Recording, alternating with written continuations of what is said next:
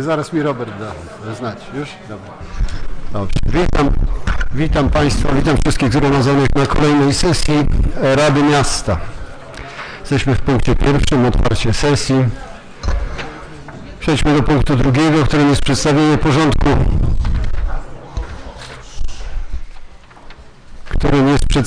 porządku obrad.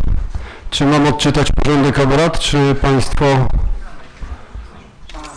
Tak? Dobrze, to może przejdę od razu do zadania pytania, czy ktoś zgłasza jakieś wnioski o rozszerzenie, zmiany w porządku obrad. Nie widzę. Przejdźmy zatem do punktu trzeciego, którym jest sprawozdanie z działalności burmistrza w okresie międzysesyjnym. Zapraszam Pana Burmistrza.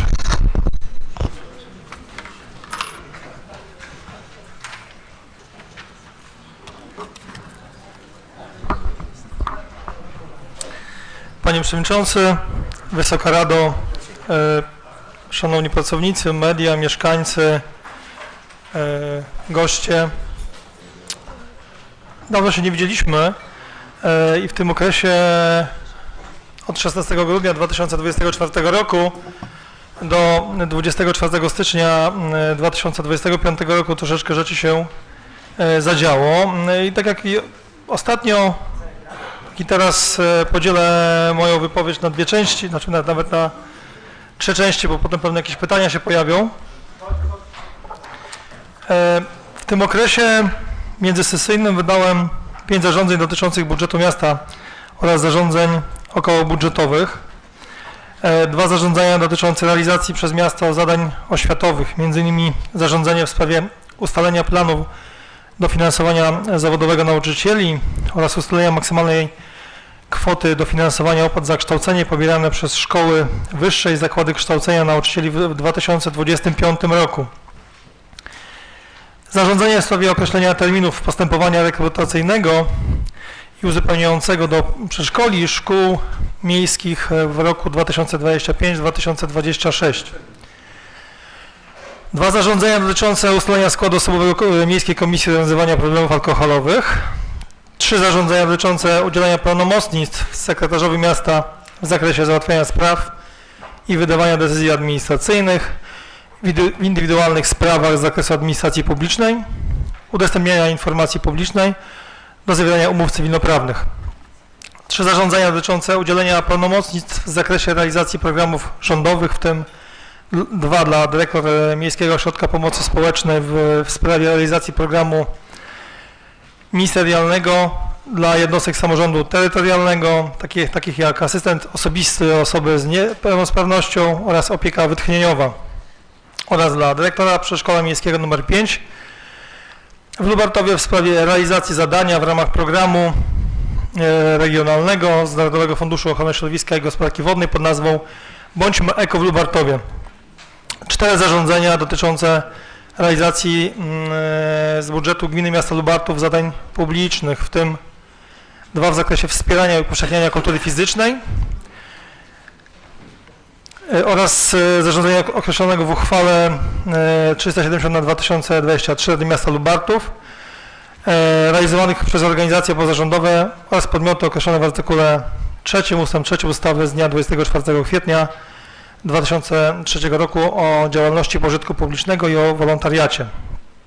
Ponadto wydałem zarządzenia w sprawie ogłoszenia konkursu ofert na realizację zadań promocji miasta Lubartów w 2025 roku poprzez podmioty niezaliczane do sektora finansów publicznych i niedziałające w celu osiągnięcia zysku oraz przeprowadzenia konsultacji projektu uchwały Rady Miasta w sprawie określenia programu opieki nad zwierzętami bezdomnymi oraz zapobiegania bezdomności zwierząt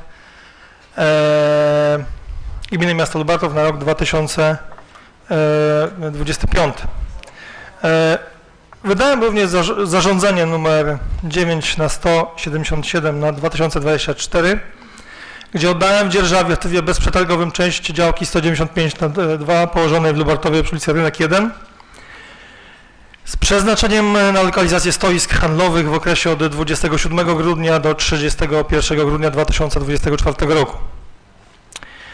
Zarządzenie nr 180/2025 oddałem w dzierżawę na rzecz Polskiego Czerwonego Krzyża Lubelskiego Oddziału Okręgowego w trybie bezprzetargowym na czas oznaczony do 3 lat. Nieruchomości stanowiące własność gminy miasta Lubartów z przeznaczeniem na lokalizację 13 kontenerów do zbiórki odzieży używanej. Zarządzeniem nr 183 na 2025 oddałem w dzierżawę na rzecz spółki Jobilat w trybie bezprzetargowym na czas do 3 lat, część działki 310/15 z przeznaczeniem na organizację miejsc postojowych. I jeszcze 2 zarządzenia, szczegółowo, tak jak Państwo radni sobie życzyli, odnośnie nieruchomości, które w danym okresie były wydawane. Udostępniłem zarządzeniem 194 na 2025 na zasadzie odpłatności na rzecz firmy Master z siedzibą w Radzyniu Podlaskim część nieruchomości oznaczoną jako działka nr 43/6 w celu budowy przyłącza elektroenergetycznego niskiego napięcia do zasilenia sali sportowej ze sklepem socjalnym oraz zarządzeniem 198 na 2025 na zasadzie odpłatności na rzecz pani Urszuli Wnuk. Część działki, czy działkę nr 260 położonej w obrębie 8 za fabryką w celu umieszczenia przyłącza wodociągowego. W międzyczasie też pewnie Państwo widzą, w mieście trwają inwestycje, pogoda nam sprzyja. Jesteśmy w fazie, można powiedzieć, końcowej realizacji przedsięwzięcia na ulicy 3 Maja, Chopina i Parkowej w części odwodnienia miasta z otworzeniem nawierzchni. Już te największe trudności w ramach tej umowy minęły. Kończymy realizację tego przedsięwzięcia.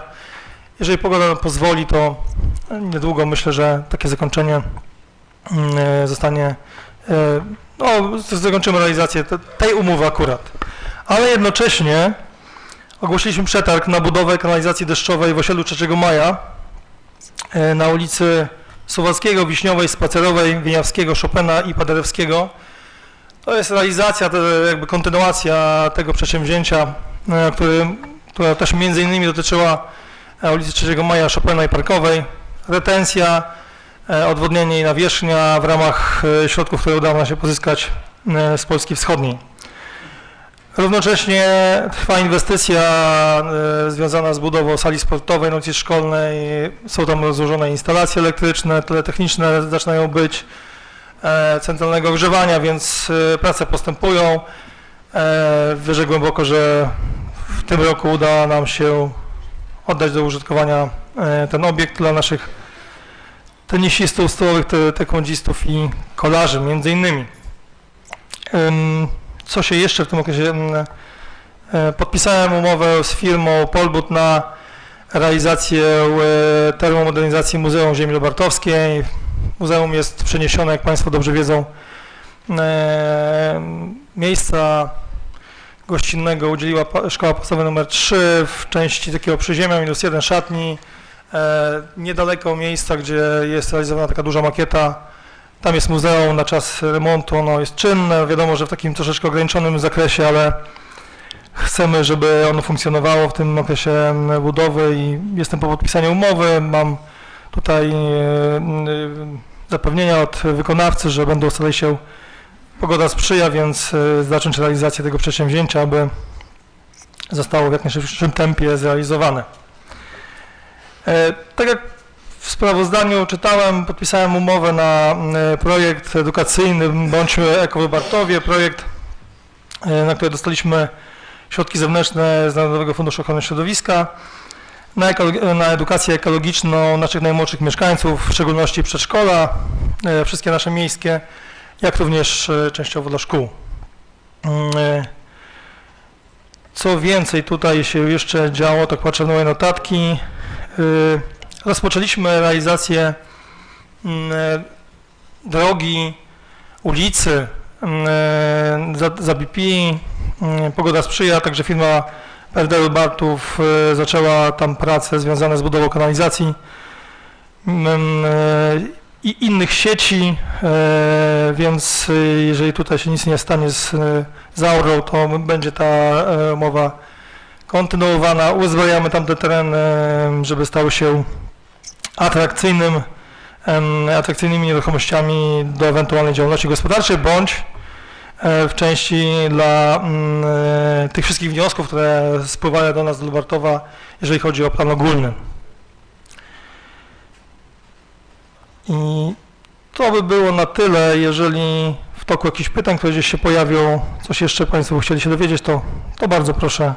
A, jeszcze bardzo ważna rzecz, najważniejsza tak naprawdę w tym okresie międzysesyjnym. Przepraszam. No mamy nowego członka w naszym zespole, mamy nowego sekretarza miasta, pani Dorota Golak jest z nami od 1 stycznia. Witamy na pokładzie, życzymy sukcesów na trudnym odcinku samorządu gminy miasta Lubartów. Wierzymy, że będzie Pani wierzymy, jestem o tym przekonany osobiście, mówię za siebie, ale też za cały zarząd miasta, że będzie Pani Dorota naszym wsparciem dla nas. Znają Państwo Panią Dorotę, pracuje w samorządzie gminy miasta Lubartów, od dłuższego czasu pracowała, jest znana wielu osobom, jest mieszkanką łódzkiej, wielu z Państwa radnych to sąsiadka, między innymi pani radnej Pasikowskiej, więc myślę, że no to tutaj jest szansa, żeby teraz poznać i życzmy wszyscy sukcesów i trzymamy kciuki za działanie na rzecz miasta Lubartów. Dziękuję bardzo. Dziękuję bardzo panu burmistrzowi. Tradycyjnie w tym punkcie zapraszam do dyskusji, do zadawania pytań.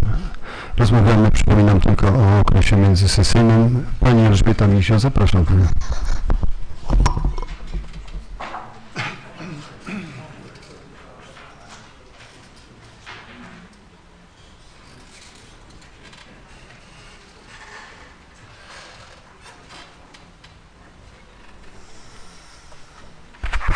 Dziękuję bardzo. Wysoka Rado, panowie burmistrzowie,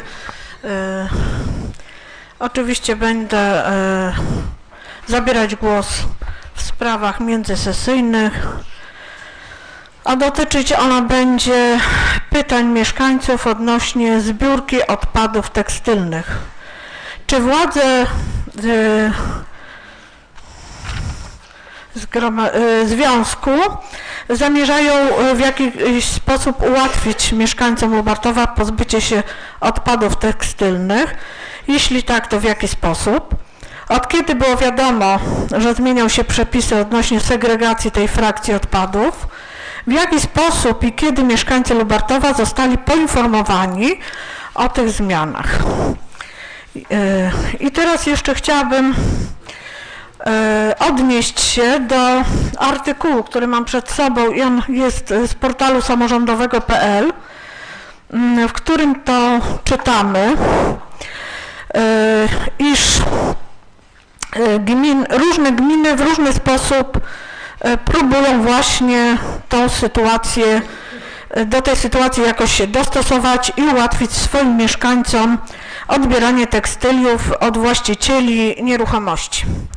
Na przykład w Białymstoku będą cyklicznie dostarczane specjalne worki na odzież i odbierane od mieszkańców. W Łodzi na przykład proponuje się specjalne kontenery na zużytą odzież i tekstylia, a w Radomiu stają punkty mobilne, do których będą mogli mieszkańcy Radomia składać zużyte tekstylia.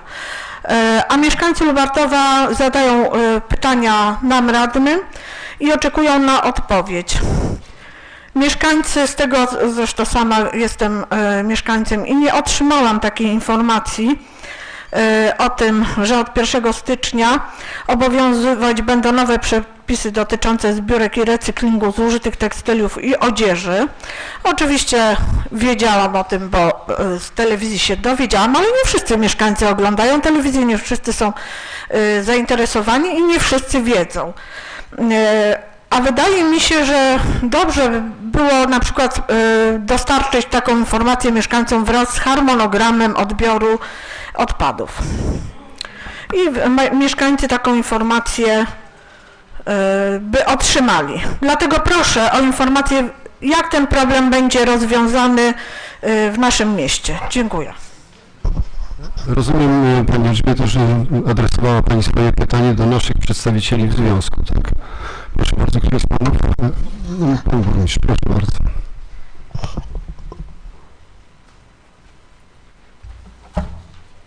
Dziękuję bardzo, Panie Przewodniczący, Wysoka Rado, Szanowni Goście, mieszkańcy przede wszystkim. Bardzo fajnie, że temat się pojawił, ale widzę, że w naszym mieście to jest zawsze polityka uprawiana. Najpierw zaczyna Kanał S, później zaczyna inicjatywa do Lubartowa w postaci swoich radnych, a już nie powiem o panu honorowym przewodniczącym, który jest w Państwa klubie. Oczywiście, ale proszę Panią, proszę nie przeszkadzać, czy ja się odzywałem? Więc proszę Państwa, oczywiście informacje poszły, że Pan Burmistrz, przewodniczący zgromadzenia, zastępca burmistrza, nagrodzony, przewodniczący związku, nie zadbaliśmy o naszych mieszkańców, ale inicjatywa Lubartowa zadbała. I o tyle zadbała, że do Urzędu Miasta się zwróciła, w jaki sposób mają oddawać tekstylia, czy to są buty, czy inna odzież. Ale nie wiecie już Państwo o tym, że w naszym mieście od dawna już zbiórka funkcjonuje i mogę Państwa poinformować, że na terenie naszego miasta jest ustawionych 40 kontenerów, które są charakterystyczne, bo są oznaczone albo logiem PCK, albo 4 pozostałych firm, które również zajmują się zbiórkami. Jak będziecie Państwo zainteresowani, dysponuję mapką, albo nawet mapkami skserujemy, w których miejscach Lubartowa. I też można było, zresztą do Pani Radnej Mizio, jakby Pani śledziła mój profil, do czego zachęcam. Jest informacja o tekstyliach, na przykład jest informacja też na Związku Gmin Komunalnych, które są zrzeszone. Więc proszę nie mówić, że żeśmy zaniedbali, przespali jak niedźwiedzie, powiem wprost. Ale Pani Mentor to mówił, ale Pani Mentor to mówił w kanale S. Panie Burmistrzu, proszę bardzo, nie rozmawiamy o kanale S i treściach tam publikowanych. Dlaczego nie? To jest tematycznie, Panie Przewodniczący, i wyraźnie było to podkreślane. Odnieśmy się do Państwo, pytania. tak powiem, zrobiliście chucpę sobie polityczną z bardzo poważnego tematu, a co do informacji, to mam pytanie do Pani Eli Mizio Radnej. Czy jak przepisy ruchu drogowego się zmieniają, to policja do Pani wysyła informacje? Czy Pani również się dowiaduje z mediów, nie wiem, z innych informacji lokalnych, na przykład z kanału S? Bo często też są takie informacje, rzecznik policji przekazuje takie. Także nie można nam zarzucać, że żeśmy przespali, bo żeśmy nie przespali, bo my już dawno o tym żeśmy myśleli. Tak samo może Pani niedługo kaucyjność wejdzie, bo niestety władze centralne mają z tym problem i to jest duży też problem, w jaki sposób to zorganizować i cały czas to jest przesuwane i znowu jest to przesunięte, bo to jest też trudny temat do zrealizowania. Ponadto dzisiaj rano wychodząc do pracy znalazłem na furtce ulotkę, gdzie również firma, już nie pamiętam, już mam, Fundacja Uśmiechu zachęca do zbiórki odzieży i pierza. I w dniu 4 lutego tego roku o godzinie 8 bez względu na pogodę przekaż czysto odzież używaną damską, męską, dziecięcą, obuwie w parach, pościel, ręczniki, torebki, paski, zabawki i tym podobnie. Zamknięte worki oznaczone ulotką proszę wystawić w widocznym miejscu przed dom lub blok. Podkreślam, bo w telewizji naszej najpiękniejszej i najlepszej było również podkreślane, że mieszkańcy bloków będą musieli jechać 10 kilometrów, a od najbliższego bloku bodajże z 3 maja, tam gdzie moja teściowa mieszka zresztą, jest 5 kilometrów. I proszę Państwa, nie jest tak źle, jak widzicie, można wystawić przed blok i również. I to nie jest zbiórka, która dzisiaj się pojawiła, te zbiórki trwają już od pewnego czasu. I proszę nie mówić, nie dawać mi przykładów Radomia, nie wiem, Wrocławia, jeszcze innych firm, miast, przepraszam, w Polsce, które zorganizowały i nie pozostawiają mieszkańców. Ja mogę tyle zagwarantować, że mieszkańców jako Związek Komunalny Gmin Ziemi Lubartowskiej nie zostawimy, zarówno ja, jak i pan burmistrz. Zawsze dbamy o naszych mieszkańców i będziemy dbać. I chociażby elektronika, zbiór elektroniki, gdzie doradowane są sadzonki, również wystawimy kontener, do którego będzie można swobodnie przynieść, przespacerować się. Najczęściej to robimy na rynku, na placu, tutaj przed ratuszem, takie zbiórki i będzie można również gdzieś oddać. Także proszę nie zarzucać, że nie ma takich możliwości, bo te możliwości są, tylko po prostu trzeba chcieć. Najlepiej jest zarzucić komuś niekompetencje, niepotrzebnie ten związek istnieje i tak dalej, i tak dalej. Czynicie to państwo od lat. Od lat to czynicie, a my po prostu państwu cały czas pokazujemy, że wcale to nie jest tak źle, że związek potrafi zadbać o naszych mieszkańców, nie tylko naszych mieszkańców, bo jeszcze są pozostałe 4 gminy w naszym związku. Do mnie takie sygnały nie docierają, a do pani radnej Mizio docierają sygnały i mieszkańcy błagają, niech pani radna coś zrobi. Dziękuję bardzo. Dziękuję bardzo. Zapraszam pana Artura Kuśmierzaka.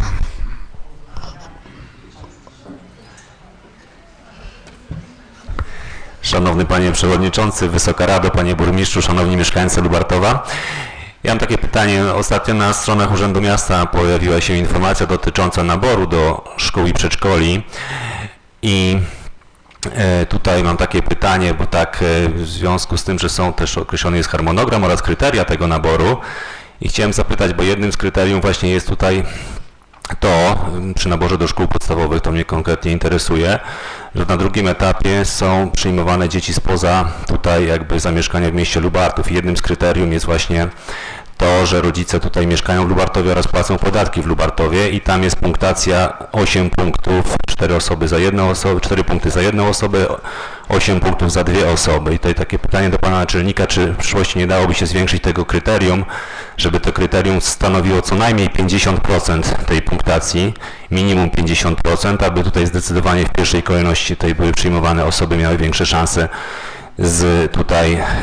które płacą podatki, w związku z tym, że wiemy, że zmieniło się to finansowanie i te finanse idą tutaj za rodzicami, które w naszym mieście mieszkają i płacą podatki. Także tutaj taka uwaga na przyszłość, żebyśmy tutaj postarali się tutaj jakby to zmienić. Dziękuję bardzo. Dziękuję bardzo. Pan naczelnik. Zapraszam pana naczelnika. Panie Przewodniczący, Szanowna Rado, rzeczywiście punktacja w naszej uchwale dotyczy wyłącznie dzieci w drugim etapie rekrutacji, bo pierwszy etap rekrutacji to są dzieci przyjmowane z urzędu, to są wszystkie dzieci, które zamieszkują na terenie obwodu danej szkoły i ten drugi etap rekrutacji dotyczy wyłącznie dzieci spoza obwodu. Odpowiadając na pytanie pana radnego Kuśmierzaka, tak, można to zmienić, tylko nie w tej chwili, ze względu na to, że zostały ogłoszone już terminy rekrutacji, a nie zmienia się uchwał w trakcie rekrutacji. Ta uchwała może być zmieniona w kwietniu i nic nie stoi na przeszkodzie, żeby taka punktacja została zmieniona. Ja pamiętam, jak została wprowadzona ta sprawa z PIT-em, bo tu chodziło o to, żeby bardziej wypromować dzieci z miasta Lubartów, ze względu na to, że w drugim etapie rekrutacji mogą być przyjmowani wszyscy uczniowie. Nie tylko z Lubartowa, ale również po prostu ze wszystkich okolic. Dlatego jednym z kryteriów było to, żeby rodzice płacili po prostu PIT w Lubartowie. I to finalnie odpowiadając, tak, można to zmienić, tylko nie w chwili obecnej, tylko po prostu między około kwietnia. Dziękuję bardzo. Dziękuję bardzo. Zapraszam pana Pawła Sokoła.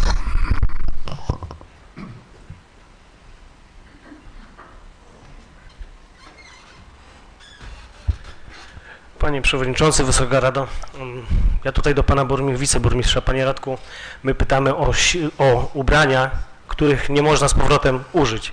W PCK czy w innych fundacjach oddajemy ubrania, które można ponownie w nich chodzić, są zadbane i tak dalej. My mówimy tutaj o ubraniach, czy na przykład ściereczkach, które są brudne. które się nie nadają do ponownego noszenia i o to tutaj chodzi. My wiemy, gdzie stoją punkty PCK, widzimy, jak są przepełnione. Też mogę panu pokazać, w których miejscach są przepełnione i tak dalej. Także nam nie o to chodzi. Pani Ela Mizio zadała konkretnie pytanie, a pan poszedł tak troszkę do PCK i tak dalej. To nie o to chodzi. Chodzi o ubrania, których się nie da już użyć. Dobrze, pan burmistrz się do tego za chwilkę, tak? Zapraszam pana Piotra Kusyka w takim razie.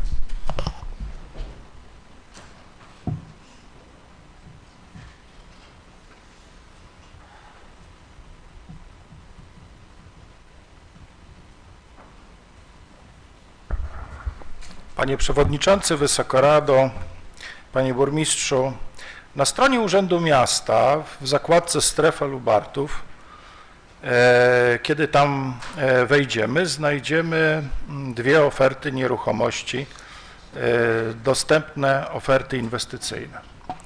I tam znajdują się dwie działki. Czy miasto Lubartów dysponuje tylko 2 działkami na tereny inwestycyjne? Jedna działka to są 2 hektary i druga działka 2 hektary z małym haczykiem. I kiedy wejdziemy w te pozycje, to doczytamy, że tą pierwszą właścicielem tej pierwszej działki jest gmina miasto Lubartów. Dowiemy się, za jaką kwotę miasto zamierza ewentualnie sprzedać tą działkę, jak kształtują się sprawy dotyczące wody, kanalizacji i dostępu do prądu. No i jak wejdziemy na tą drugą działkę, no to się okazuje, że właścicielem tej drugiej działki jest jakaś firma. No to ja bym się chciał dowiedzieć, co to za firma i dlaczego ona znajduje się w zakładce Urzędu Miasta. To jest jedno pytanie. Można sobie przełączyć oczywiście na wersję w języku angielskim tej strony i tam już w tłumaczeniu właściciel znajduje się private persons, czyli osoby prywatne. No to nie wiem, czy firma, czy osoby prywatne, bo i kto właściwie jest właścicielem tej działki i jak to się stało, że ta działka znajduje się właśnie, jest promowana przez miasto Lubartów. No i pod koniec są informacje dotyczące woda na terenie, tak, w trakcie budowy. Odległość przyłącza do granicy około 5 metrów. Dostępna objętość kanalizacji tam 2712 m3 na dobę. Kanalizacja, tak, w trakcie budowy, odległość od granicy 5 metrów. Czy tam trwają? To może teraz sformułuję pytania.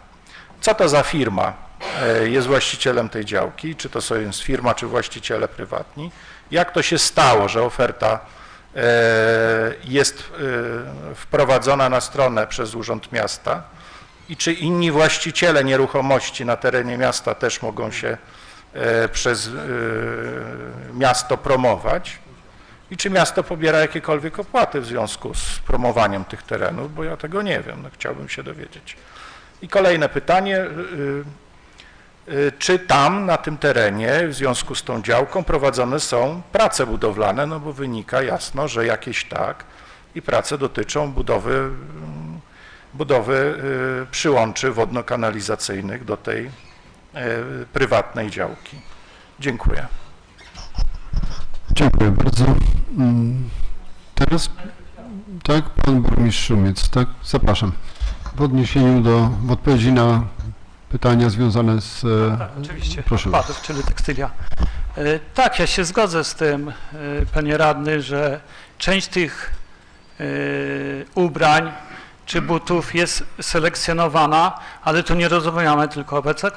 Selekcjonowana jest i po prostu przebierana i wywożona na wysypiska, no bo niektóre rzeczy są po prostu nie do użytku, no bo ludziom, no jak mamy pilnować, znaczy my, no nie my, te firmy, które te pojemniki ustawiają, przecież nie będą pilnować i segregować im tych ubrań, bo tam różne i pewnie trafiają takie ubrania, nie wiem, z warsztatów samochodowych i tak dalej, jak ktoś nie ma gdzie tego wyrzucić, a myślę, że teraz jeszcze bardziej będą trafiały ze względu takiego, że do zmieszanych niestety nie będzie można tego wyrzucić. Ponadto chcę dodać, że ustawienie takich pojemników, jakie Państwo żeście pisali w tym pisie do burmistrza i do mnie, są to koszty, czyli chcecie Państwo wprost obciążyć mieszkańców. Proszę mi nie przeszkadzać, dobrze, ja dokończę i będzie naprawdę miała Pani możliwość, myślę, że Pan Przewodniczący dopuści Panią do głosu i będzie Pani mogła zabrać głos. Koszt pojemnika takiego specjalistycznego to jest minimum 4000 zł. Odbiór z takiego pojemnika odpadów tam mniej więcej jest około 100 kg, 100-150 kg, kosztuje 1700 zł netto. Ponadto chcę poinformować, że te punkty selektywnej zbiórki, które posiadamy, dla nas jest najbliższy w tym Nowodworze. Fajnie punkt jest zorganizowany. Tekstylia zbieramy już od dawna. Jeździcie Państwo zapewne, to żeście zauważyli, że jeden z boksów jest przeznaczony, zadaszony i można, nie wiem, dywan wywieźć. Przykładowo, no przynajmniej kto chce z tego skorzystać, to korzysta. Nawet wczoraj byłem na tym szoku i w tej chwili no, duża ilość już jest zapełniona, no bo jest normalna zbiórka, więc jest możliwość przywożenia, ale wcześniej też taka była możliwość. Także zastanówcie się Państwo, czy dalej podtrzymujecie żądanie, żeby możemy utworzyć jako związek takie punkty zbiórki selektywnej na terenie miasta, nie wiem, 5, 10, ale to będą koszty. Natomiast też chcę poinformować, że jestem w posiadaniu informacji, gdzie PCK zwróciło się do spółdzielni mieszkaniowej o ustawienie takich pojemników na zbiórkę odzieży i obuwia i co się okazało? Zarząd spółdzielni odmówił. Zapytajcie Państwo swojego mentora, dlaczego podjęli taką decyzję. Najlepiej powiedzieć, niech się burmistrz, wiceburmistrz zajmą, albo związek, prawda, nie? My się tym zajmujemy, a Państwo niestety działacie negatywnie dla naszych mieszkańców. Dziękuję. Dziękuję bardzo. Pani Elżbieta Misiu, zapraszam.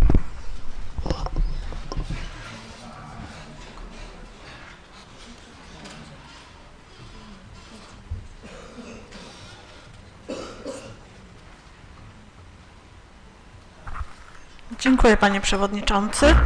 Wysoka Rado. Chciałabym zwrócić uwagę na to, że oczywiście wszyscy wiemy o tym, że PSZOK jest, ale tak jak już tutaj Pan Burmistrz zauważył, on jest w jakiejś tam odległości. Nie każdy ma możliwość przetransportowania tych rzeczy. Ja mówię o ludziach starszych. I nie chodziło mi o to, że my chcemy wyrzucać czy szukamy miejsca na wyrzucenie czy oddanie rzeczy używanych, które nadają się jeszcze do powtórnej ludziom, na przykład jakimś biednym, którzy wykorzystają jeszcze tą odzież. Poza tym myślę, że nasi mieszkańcy są na tyle życzliwi w stosunku do siebie, że przekazują dobre ubrania, czy jakąś odzież, czy buty ludziom, którzy tego potrzebują, swoim sąsiadom. Na przykład jeśli komuś dziecko wyrośnie z ubrań, to oddaje drugiej rodzinie, które ma takie dziecko. I tu nie chodzi mi o to, o takie rzeczy. Właśnie mi chodzi o to, gdzie mają ludzie oddać podarte skarpety, jakieś szmaty zużyte. Tego nie będziemy wrzucać do tych pecekowskich kontenerów, ponieważ chciałam zwrócić uwagę na to, a pewnie tak będzie, jeżeli miasto nie zrobi coś w tym kierunku, bo ludzie są pragmatyczni, nie będą jeździć tracić czas i do tego Nowodworu jeździć z tymi skarpetami dziurawymi, tylko po prostu załadują to właśnie do tych kontenerów PCK lub podobnych, a nie taka jest idea tego PCK. Więc rozumiem, że chcemy doprowadzić do sytuacji takiej, że wtedy te odpady będą podlegały tej utylizacji, PCK będzie miało większe, bo miasto ma nie ponosić kosztów, tylko PCK ma ponosić koszty utylizacji tych śmieci takich, nazwę to tak, szmat. Poza tym dalej.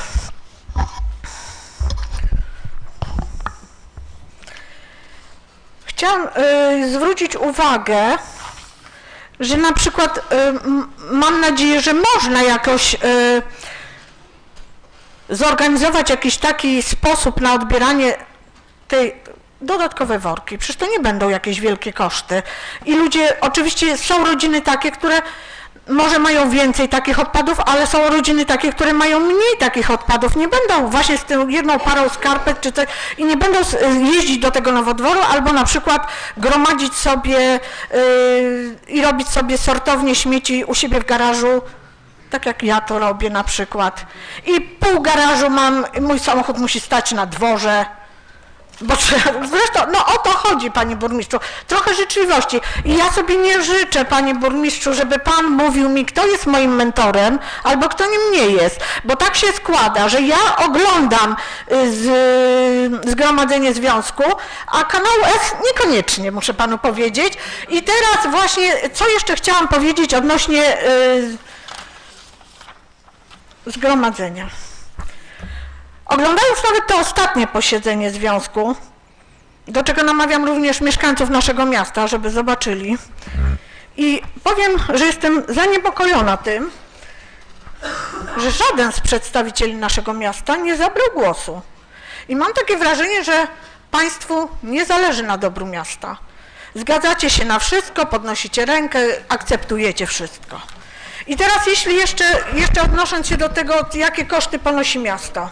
Burmistrz może oczywiście zorganizować zbiórkę leków bezterminowych w lubartowskich aptekach, ale już z workiem na odzież zużytą, te szmaty, tak, to już problem jest wielki i jest atak w moją stronę. Ja nie wiem, kto właśnie politycznie tu zagrywa, bo ja zadałam mieszkańcy i mieszkańcy nie błagają mnie, zadają mi pytanie i chcą odpowiedzi. Tylko tyle i aż tyle. Dobrze, dziękuję bardzo. Zapraszam panie burmistrzu, ale jeszcze chwilę, jedno zdanie powiem. Proszę państwa, niezabieranie głosu nie jest wyznacznikiem, czy w ogóle zabieranie głosu nie jest wyznacznikiem działalności na rzecz mieszkańców. Mam na myśli zabieranie głosu na podczas publicznych wystąpień. Ja nie zabieram głosu, ale ci, którzy, zwłaszcza tutaj pracownicy urzędu, wiedzą, że zajmuję się sprawami miasta. Dziękuję bardzo. Panie burmistrzu, proszę. Pan Przewodniczący, Wysoka Rado, jakby chciałbym tutaj może uzupełnić wypowiedź pana burmistrza, bo no nie wiem, jak mam to przekazać, bo pan burmistrz starał się w sposób bardzo taki merytoryczny i spokojny to wszystko powiedzieć. Przedstawił, udokumentował to materiałami, no poprosiłem, czy mogę skorzystać z tego materiału. Jak wiemy dobrze, nie szmaty oddajemy, bo nie uczono w samorządzie, że to są odpady. I staramy się posługiwać tego typu określeniami. I nawet używając tą ulotkę, która często można ją spotkać, to teraz u pana burmistrza była, ale ja jej na osiedlu spotykam często, jak wchodzę do mojego bloku, do mojego mieszkania. Identyczne kartki. Tutaj jest coś takiego napisane, panie przewodniczący, jeżeli mogę, bo może warto, żeby jeszcze raz to powtórzyć, bo nieraz może gdzieś tam umknęło. Przekaż czystą odzież używaną. Jak wiemy dobrze, ta odzież jest różna, ona może być użyta, może być zaplamiona, ale będzie czysta. Będzie czysta. Męsko, dziecięce, obuwie w parach, poście, ręczniki, torebki, paski, zabawki. To podmiot, który zbiera, gdzie prosi, żeby te worki wystawiać. Jeżeli on, takie kartki też widziałem na osiedlach, w spółdzielni mieszkaniowej w Lubartowie, wspólnot mieszkaniowych, ale również, jestem zszokowany tą informacją, co pan burmistrz powiedział. Polski Czerwony Krzyż wystąpił do spółdzielni mieszkaniowej o zgodę na lokalizację tych kontenerów i nie uzyskał zgody zarządu spółdzielni mieszkaniowej. To, przepraszam bardzo, tamci mieszkańcy mogli mieć, znaczy nasi mieszkańcy ze spółdzielni mieszkaniowej, moi sąsiedzi, mogli mieć możliwość oddawania odpadów, ubrań odpadowych zużytych, które mogły być użyte po raz kolejny, a nie mają takiej możliwości. Dlaczego, się pytam? Dlaczego? Pan burmistrz powiedział, że w Lubartowie mamy 40 kontenerów z różnych podmiotów, nie tylko z Polskiego Czerwonego Krzyża. Pamiętają Państwo ostatnią sesję, gdzie była debata tutaj kilkudziesięciominutowa odnośnie tego, jak jest bałagan, bo faktycznie musimy jeszcze dużo popracować w tej materii, jeżeli chodzi o relacje z tymi firmami. Powiem więcej, my z panem burmistrzem już rozmawiamy z Polskim Czerwonym Krzyżem od czasu, kiedy wpłynęły do nas pisma o przedłużenie dzierżawy tych terenów. I powiem Państwu więcej, rozmawiałem z PCK na początku roku, w styczniu, na początku roku, zaraz po tym i zapytałem, czy jakby była potrzeba dostawienia dodatkowych kontenerów Polskiego Czerwonego Krzyża, bo widzimy, co się dzieje, że jest duże zainteresowanie oddawania odpadów. Tak, oczywiście, nie ma problemu. Postawimy nowe kontenery.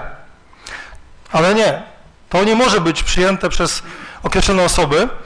Musi tu być jazda bez trzymanki do osób odpowiedzialnych za pewne kwestie u nas w mieście, żeby udowodnić, że my nic nie robimy, my się nie staramy, my nie opiekujemy się, bo gdzieś w jakimś mieście dużym miasto wydaje środki. A ja się pytam, pani radna, jak to jest możliwe, żeby odebrać te odpady, mimo że kontenery są do dyspozycji, firmy proszą o wystawianie worków, żeby nie ponosić kosztów. My musimy ponieść koszt, żeby zawieźć. Czy pani chce obciążyć to tymi kosztami dowozu tego do przoku? To jest tylko kropla w morzu tych rozwiązań, które z panem burmistrzem przygotowaliśmy, między innymi rozmawiając z tymi firmami z PCK. Myślę, że jakbyśmy zapytali o to inne firmy, które u nas takie kontenery stawiają, nie byłoby problemów. Powiem więcej, po takiej rozmowie z Polskim Czerwonym Krzyżem okazało się, że faktycznie nie wszystkie ubrania, które są tam, czy do tej pory w 2024 roku i pewnie wcześniej, nadawały się do skorzystania do ponownego, do tak zwanego obiegu zamkniętego, żeby można było je znowu wykorzystać. Ale to jest naturalne. 100% tych ubrań na pewno nie będzie wykorzystana. Ale mamy takie możliwości, żeby oddać. Nikt nam tego nie zabrania. PCK, nie słyszałem do tej pory, żeby zabraniało nam oddawania ubrań, nie wiem, zużytych, zaplamionych, tudzież zapewne przybrudzonych, bo one nie są pierwszej świeżości. Ja polecam pani radnej, jakby tak proponuję, bo ja akurat się w tej materii edukuję odpadowej, żeby było jasne, bo uważam, że nigdy na edukację nie jest za późno. Polecam właśnie to hasło system obiegu zamkniętego. Naprawdę można się dużo ciekawych rzeczy dowiedzieć, co i jak to wszystko wygląda, bo to, co tutaj dzisiaj, niektóre słowa, bo nie mówię, wszystkie padły, to chodzi o to, żeby tylko bić, no, nie ma argumentów. Argumenty leżały na stole, bo można było skorzystać z tych kontenerów dodatkowych, a to nie o to chodzi. Chodzi o to, żeby był materiał, żebyśmy mogli znowu poglądać, jacy jesteśmy źli i tylko określona grupa jest taka dobra, że martwi się o naszych mieszkańców, a to jest oczywiście nieprawda. I jeszcze jedna rzecz, która tu padła dzisiaj, związek międzygminny, walne zgromadzenie związku. No powiem tak, jestem przewodniczącym walnego zgromadzenia, można powiedzieć, że non-stop gadam, bo prowadzę obrady, więc mówienie pani radnej, że przedstawiciele miasta Lubartów w ogóle się nie odzywają, albo nie odezwali się w ogóle na ostatnim, tak jakoś to wyglądało, to jest nieprawda. To jest nieprawda, pani radna. Proszę, ale mówię, prowadzę, jestem z miasta. To jak się nie odzywam? A powiem więcej, zadawałem pani dyrektor pytania ostatnio. Czy tą część pani obejrzała? A jakie pytania zadawałem? No właśnie. Czyli to widać, jak pani radna oglądała walne zgromadzenie i ma podstawę do tego, żeby mówić, że miasto nie zajmuje w ogóle głosu. To jest nieprawda. Możemy to sprawdzić. Proszę bardzo. Pan radny Kusyk. Biznes lubelskie. Dziękuję panu radnemu za to pytanie, bo po raz pierwszy, już nie pamiętam od jakich czasów, radny do miasta Lubartów, mówię o tej kadencji poprzedniej, bo pewnie takie słowa podał nazwę tej strony, Biznes Lubartów. Dziękuję, bo to jest też W jakimś sensie to gdzieś to się przetoczy i pewnie będziemy mogli poglądać to w naszym mieście, że taka strona istnieje i możemy na tej stronie zobaczyć wiele ciekawych rzeczy. A teraz do meritum i do tego, co tam pan radny wyczytał. W języku angielskim to prawda istnieje strona, bo dużo podmiotów, jak również potencjalnych partnerów, które są zainteresowane mimo tego, co się dzieje w naszym lokalnym podwórku, dalej chce u nas, i bardzo się cieszę z tego powodu, zlokalizować biznes. W tej chwili mamy kolejne zapytanie. Kolejne zapytanie mamy odnośnie nowego przedsiębiorcy. Jest to firma, no nie wiem, czy mogę zdradzać, bo jeszcze, żeby zaraz znowu nie było, że tak powiem, nagonki i jeszcze czym szybciej do nas odejdzie niż przyszedł. Ale uspokajam, to na pewno nie jest Panna P, bądź jeszcze inne tam wymyślone przez Państwa duchy przedsiębiorczości, które nas nawiedzą. Proszę nie z miejsca, proszę nie z miejsca. Jest to firma, z których urządzeń korzystają wieżowce, nie wiem, centra logistyczne, jak podnoszą towar, naprowadzę. Ktoś to podnosi, czyli mechaniczne zakłady, no można powiedzieć windy, ogólnie rzecz biorąc windy. Firma, która produkuje windy, nie będę mówił jaka, bo jeszcze nie ma konkretnych rozmów, bo nie mamy takich gruntów. Firma zaczyna zadawać pytania, chcemy wodę, prąd, gaz, prąd o określonej mocy, kanalizację chcemy. Ja się pytam, jakby była droga właśnie w tym miejscu, gdzie pan radny wskazuje, że tam jest druga działka takiego, jest napisane firma, bo jak mamy, to nie są grunty nasze, to są grunty naszych mieszkańców gmin ościennych, którzy tam mają te grunty. No, być może osoba, która obsługuje tą stronę, wpisała firma, no bo to nie jest nasze. To może być firma, to może być osoba prywatna, a może ktoś, współwłaściciele, porozumieli się wspólnie i chcą taki teren gruntu dać na rynek, żeby jak znajdzie się potencjalny przedsiębiorca, to żeby z tego mógł skorzystać. I teraz, tam, jak pan przytoczył do tej działki, tam gdzie kiedyś miała być droga, gdzie miały być tereny uzbrojone, gdzie mieliśmy przedsiębiorców, za panem P, za firmą P, jest akurat działka w jednym kawałku, jest kilkanaście działek, ponad 2 hektary. Jest tu napisana właściciel firma, no bo nie wiemy, jak mieliśmy zapisać, czy z nazwiska wszystkich wypisać, kto jest właścicielem, czy jak. Wyciąg z planu obecnego, który daje możliwości, zabudowa produkcyjna, składy, magazyny, żadnych dziwnych podmiotów, które by tutaj znowu straszyły naszych mieszkańców, wymyślonych przez niektóre osoby. Obecnie na użytkowanie tereny rolnicze. Przejdźmy dalej. Poziom wód gruntowych, jakieś takie dane, które gdzieś tam funkcjonują, ale, że tak powiem, uzbrojenie, bo tu pan radny tu zadał pytanie, czy coś robimy. Istniejąca infrastruktura. Literalnie czytam ze strony to, co pan radny powiedział. Odległość przyłącza od granicy terenu około 500 metrów. Nie wiemy ile, bo nie ma przyłącza. Jakby było przyłącza, to byśmy wiedzieli, że jest 300 metrów, 200, 500. Jakby było, nie ma. Nie zbudowane. Mogło być zbudowane, ale państwo zdecydowali, żeby tam nie budować drogi, a wtedy budowaliśmy też sieci. Napięcie możliwe jest wskazane, dostępna moc w tamtym miejscu jest wskazana, jaka może być, ale nie ma, bo jest sieć niezbudowana, to widać chyba. Odległość przyłącza od granicy działki około 2000 metrów. Mówimy o przyłączu, dobrze, o przyłączu. Woda na terenie. Tak, w trakcie budowy. Może być, panie radny, w trakcie budowy, jeżeli jest projekt zrobiony i ten etap ewentualnie się zaczął, bo projekt jest pewnego rodzaju etapem. Koncepcja jest etapem budowy. A tam jest koncepcja. Co pan dobrze wie, że była tam planowana droga? Jest początek pewnego rodzaju. I to jest tam zapisane. Zadał pan pytanie, czy my możemy innym naszym mieszkańcom, przedsiębiorcom wskazywać na tej stronie działki. To jest jeden z elementów. Jeżeli grupa prywatnych naszych mieszkańców, przedsiębiorców zbierze się i będzie chciała mieć jakiś grunt, który on może potencjalnie być gruntem inwestycyjnym,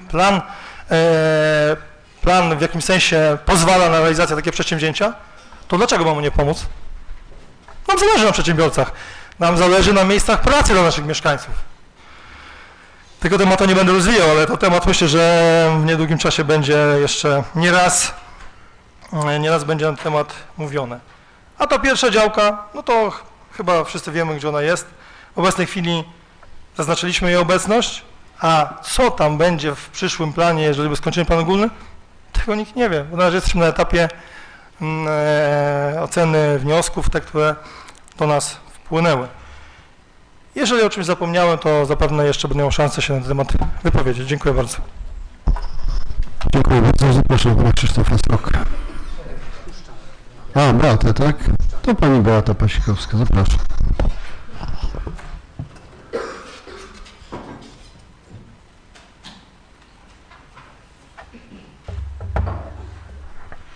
Szanowni Państwo, to chciałam tutaj kontynuować inny temat, bo już nam się wątki zaczynają mieszać, ale wrócę troszeczkę, pewnie tutaj Piotrek wróci do tematu, który Pan Burmistrz poruszył. Taki tylko komentarz, że mam wrażenie, że Państwo mają jakąś traumę i częściej chyba kanał S oglądają niż my. I też przyczyniam się tutaj, chciałam zasugerować Panu Wiceburmistrzowi, żeby nie sugerował nam, kto jest naszym mentorem, bo my jesteśmy osobami, które się zawodowo super rozwijają, mają swoje kompetencje i są w stanie sobie swoje zdanie na każdy temat wyrobić, więc bardzo proszę takich sugestii nie składać, bo być może Państwo przyjrzą się też sami sobie, uważam, że to jest nie w porządku, a potem jeszcze mówienie, jak to Państwo kulturalnie rozpoczęli tę rozmowę. Ale wracam do tematu tych tekstyliów, bo wydaje mi się, że my trochę tutaj mylimy porządki. Kiedy ten temat, czyli kontenery PCK i kontenery fundacji do zbiórki odzieży używanej, która może być po raz kolejny zużyta, przecież one w każdym mieście istnieją od dziesiątek lat. I polski rząd nagle zmienia prawo i wchodzi nowe prawo w styczniu 2025 roku. Ja jestem aktywnym użytkownikiem Twittera i jak tylko to prawo się zmieniło, ja widziałam naprawdę wielu dziennikarzy i wielu samorządowców, którzy zastanawiali się nad tym, jak ten problem rozwiążą samorządy i jak ułatwią mieszkańcom życie. Ja nie wiem, czy oni oglądali kanał S, czy zostali podburzeni, ale autentycznie wielu dziennikarzy i wiele samorządów ruszyło z tematem, jak się do tego przygotować. I teraz ja nie wiem, czy Pan Burmistrz nam sugeruje, a mam nadzieję, że PCK i właściciele tych kontenerów nas słuchają, że cały ciężar tego recyklingu przekładamy teraz na PCK i na te kontenery, bo naprawdę jest różnica. Ja sobie mogę teraz wyobrazić, i ja sobie nie wyobrażam, Pan przeczytał tę ulotkę i każdy się do tej ulotki stosuje. Czyli jeśli ja idę do konteneru PCK czy fundacji, to ja zanoszę tam takie ubrania, które w moim odczuciu mogą być użyte powtórnie. Oczywiście pewnie ktoś to prawo łamie i być może znajdą się tam rzeczy, które się nie powinny znaleźć, ale my mówimy o takich tekstyliach, które też musimy zutylizować, a które nie nadają się do ponownego użytku. Czyli być może do tej pory zdarzało się tak, że jak ktoś miał właśnie te podarte rajstopy, przepraszam, ale ja użyję tego słowa, szmatę, którą zmywał podłogę. Czy Pan sobie wyobraża, że ja pójdę z taką szmatą, proszę mi powiedzieć, co mam z tym zrobić? Czy ja mam iść do PCK, czy ja mogę to wyrzucić do jakiejś segregacji, którą mamy w tej chwili dostępną, czy muszę z tym jechać do przoku? Bo to chodzi o takie rzeczy. Ktoś może mieć zniszczoną, nie wiem, pościel. To są rzeczy, które nie nadają się do powtórnego użytku i te rzeczy, one powinny znajdować się, tak naprawdę powinny być wywożone, już momencik, tylko sobie jeszcze, dokładnie. Dokładnie. I teraz proszę Państwa, to nowe prawo zobowiązuje każdy samorząd, żeby takie miejsce zapewnić. I mamy PSZOK, oczywiście mamy takie miejsce. Ale teraz, tak, niektóre są budowane za miliony, gdzie indziej, prawda? Chyba, tak? Czy coś tam, nie wiem, czy w Ostrowie budujemy jakiś PSZOK, ale chodzi o to, że mamy ten PSZOK i ja nie wiem, czy teraz mieszkańcy, bo tu chodzi o małe rzeczy. Wiadomo, że jak ktoś ma dywan, to pojedzie do PSZOK-u, ale jeśli ktoś ma, nie wiem, stare skarpety, które wyrzucą normalnie do śmieci, stare ścierki, które też wyrzucą do śmieci, czy może to dalej robić i nie będzie ponosił żadnych konsekwencji za brak segregacji? Czy ma to zanieść do PCK? Czy ma to, mieszkając tam, gdzie mieszka teściowa pana Szumca, skorzystać z tej odległości i jechać na PSZOK i zawieźć kilka, nie wiem, reklamówkę swoich starych rzeczy? Bo jakoś inne samorządy nie uznały, że to PCK i te kontenery będą rozwiązaniem na te problemy i nie szantażowały radnych, że my teraz musimy kupić kontener. Bo to jest Państwa problem i Państwo mają tam cały zespół ludzi, który może pomyśleć i za to bierze pieniądze, jakie znaleźć rozwiązania. I to nie, proszę Państwa, to nie ma żadnej polityki, bo jeśli ktoś śledził media społecznościowe, to bardzo wiele samorządów się na tym tematem pochyliło i szukało rozwiązań. A my tutaj jesteśmy oskarżani o to, że rzucamy się tutaj z jakimś politycznym tematem, nad którym pochylają się wszystkie samorządy i wielu dziennikarzy, którzy też tam narzekają. Ludzie sobie wyliczają, tak naprawdę śmieją się z tego prawa, bo o ile nie zostanie to dobrze jakoś rozwiązane, że tak naprawdę zrobią większy ślad węglowy, dokładnie, wożąc jedną ściereczkę, czy nie wiem, reklamówkę ściereczek, ileś kilometrów do przoku, jadąc samochodem tam, niż to, że oni by to wyrzucili tak naprawdę do zwykłego śmietnika. Więc to są tematy, które naprawdę są poruszane przez wielu dziennikarzy, wielu samorządowców, wielu mieszkańców. Nie wiem, jeśli Państwa rozwiązaniem jest to, które Państwo proponują, że my to wszystko teraz załatwiamy kontenerem w PCK i innymi, tam po prostu jedziemy z tym całym, czy coś się nadaje, czy nie, ale są tekstylia, czy ewentualnie mamy to wyrzucać do zwykłego śmietnika, czy ze ścierką brudną, szmatą od podłogi, zużytą pościelą mamy jechać do przoku. Proszę odpowiedzieć na to pytanie. Dziękuję bardzo. Dobrze, chwila, momencik, proszę Państwa. Chciałbym zwrócić uwagę Państwa na kilka rzeczy. Po pierwsze, rozwiązanie tego problemu nie jest ani w gestii Rady Miasta, ani w gestii burmistrza. Nie wprowadzi żadnych rozwiązań zarządzeniem, ani my nie wprowadzimy żadnych rozwiązań uchwałą.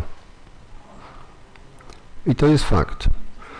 Teraz, proszę Państwa, z tego co widzę, to wygenerowaliśmy problem, z którym będziemy przez kolejne 2 godziny bohatersko walczyć, nie dochodząc do żadnego rozwiązania.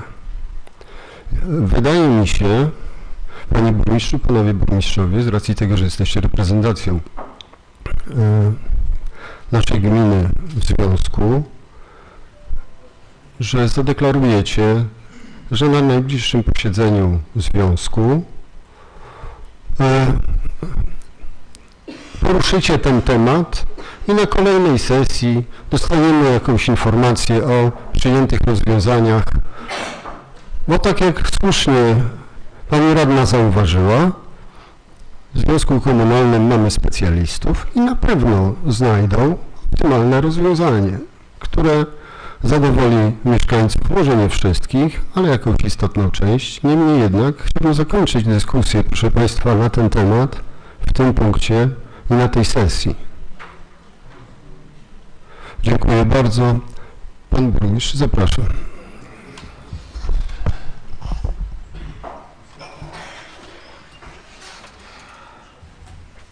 Dziękuję bardzo.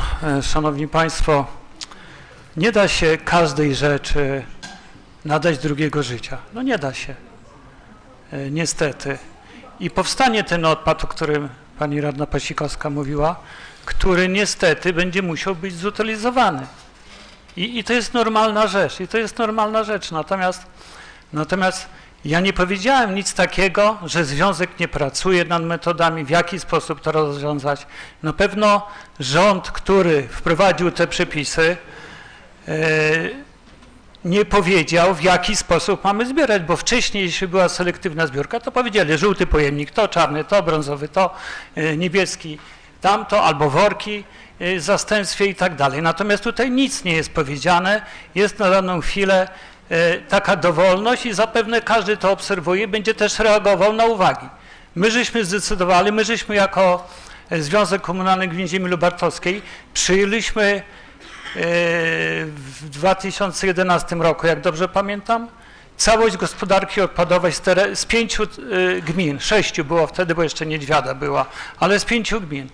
I my jesteśmy zobowiązani do realizacji tych 21 punktów, jak dobrze pamiętam, w ustawie i wykonywać je musimy zgodnie z literą prawa i między innymi, jeśli chodzi o tekstylia w tej chwili, które no dzisiaj już są nazwane odpadami, szukamy jakichś sposobów. Na dzień dzisiejszy, ja nie powiedziałem, że Państwo macie wyrzucać wszystko do PCK. Pani Beato, zadam Pani pytanie, czy Pani wyrzuca wszystkie rajstopy, wszystkie... Proszę Beata, nie z miejsca, proszę nie z miejsca, proszę Państwa. Nie z miejsca. 1 stycznia Pani nie może do zmieszanych wyrzucić tych rajstop i tak dalej, bo no dobrze, Przepraszam, panie burmistrzu, ale ten temat to nie jest temat dla Rady Miasta. Inteligentną osobę, która no, potrafi rozwiązać sobie ten problem, no bo w tej chwili ja nie bardzo widzę, że pani chce ten problem rozwiązać, bo jeden z... Beata, proszę cię, nie z miejsca. Jeśli No nie. pani ubiera te rajstopy rano i poleciało pani oczko, to je pani nie włoży. Są czyste, tak? W związku z tym ma pani możliwość, nie wiem, gromadzenia tego nie wiem, do jakiegoś worka, pani mówi o reklamówce i tak dalej. To nie jest materiał, który się psuje, generuje się produkcja bakterii i tak dalej. Wyraźnie powiedziałem, że przy zbiórkach, które będziemy organizować ogólnych na terenie miasta czy na terenie gmin członkowskich, będziemy takie zbiórki prowadzić, że będzie możliwość przeniesienia tego worka czy woreczka. Nie wierzę, że pani rajstop nazbiera 10 worków. A jak pani nazbiera, to wrzuci pani w samochód i przywiezie do tego kontenera tutaj na plac, czy chociażby do innej gminy, w którym będzie zbiórka. Przykładowo mówię. Ale no pani się uparła, że to będzie brudne i pani będzie rzucała do zmieszanych. Nie może pani wrzucić tego do zmieszanych. Natomiast... Proszę, no ale będziecie, przecież możecie się do głosu zapisać i państwa, z mównicy to powiedzieć. Proszę wywołali bardzo. niestety dyskusja, która może się nie skończyć szybko, jak widzicie.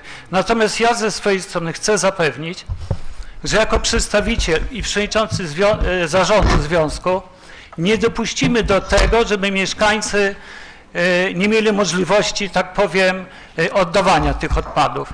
Na pewno nie będzie zbierał tych odpadów radny Kuśnierzak po klatkach, tak jak to zostało powiedziane, i na pewno nie będą miejskie autobusy wożyć, bo muszą być samochody specjalistyczne i oznaczone tabliczką odpady, a autobusami jeżdżą ludzie.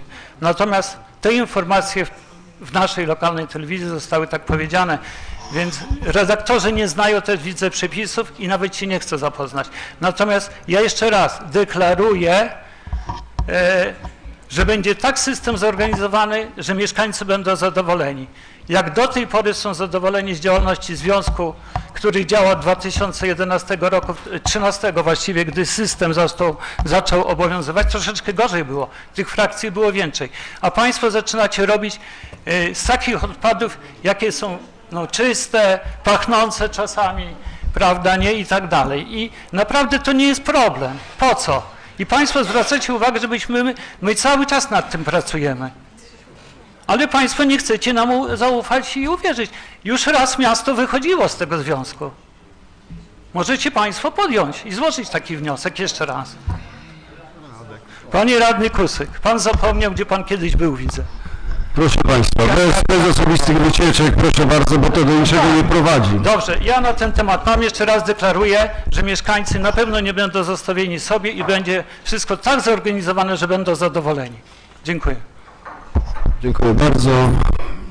Pan Krzysztof Sroka, tak? Oddajesz głos Beacie. Proszę bardzo, pani Beata. Szanowni Państwo, ja naprawdę jestem zbulwersowana tym, co teraz usłyszałam. Wystarczy chyba cofnąć 10 minut temu wypowiedź pana Szumca, żeby usłyszeć, co mówił 10 minut temu, co mówi teraz. Cała nasza inicjatywa, złożenie pisma, wszystko, co teraz powiedziałam, dotyczyło tego, że absolutnie nie wyobrażam sobie tego, żebyśmy mieszali zużyte ubrania i wrzucali to do PCK. A w tej chwili pan Szumiec mi sugeruje jakieś rzeczy, których nigdy nie powiedziałam i bym nigdy nie zrobiła. I ja nie wiem, chyba pan musi odsłuchać, co pan powiedział 10 minut temu i co pan mówi w tej chwili.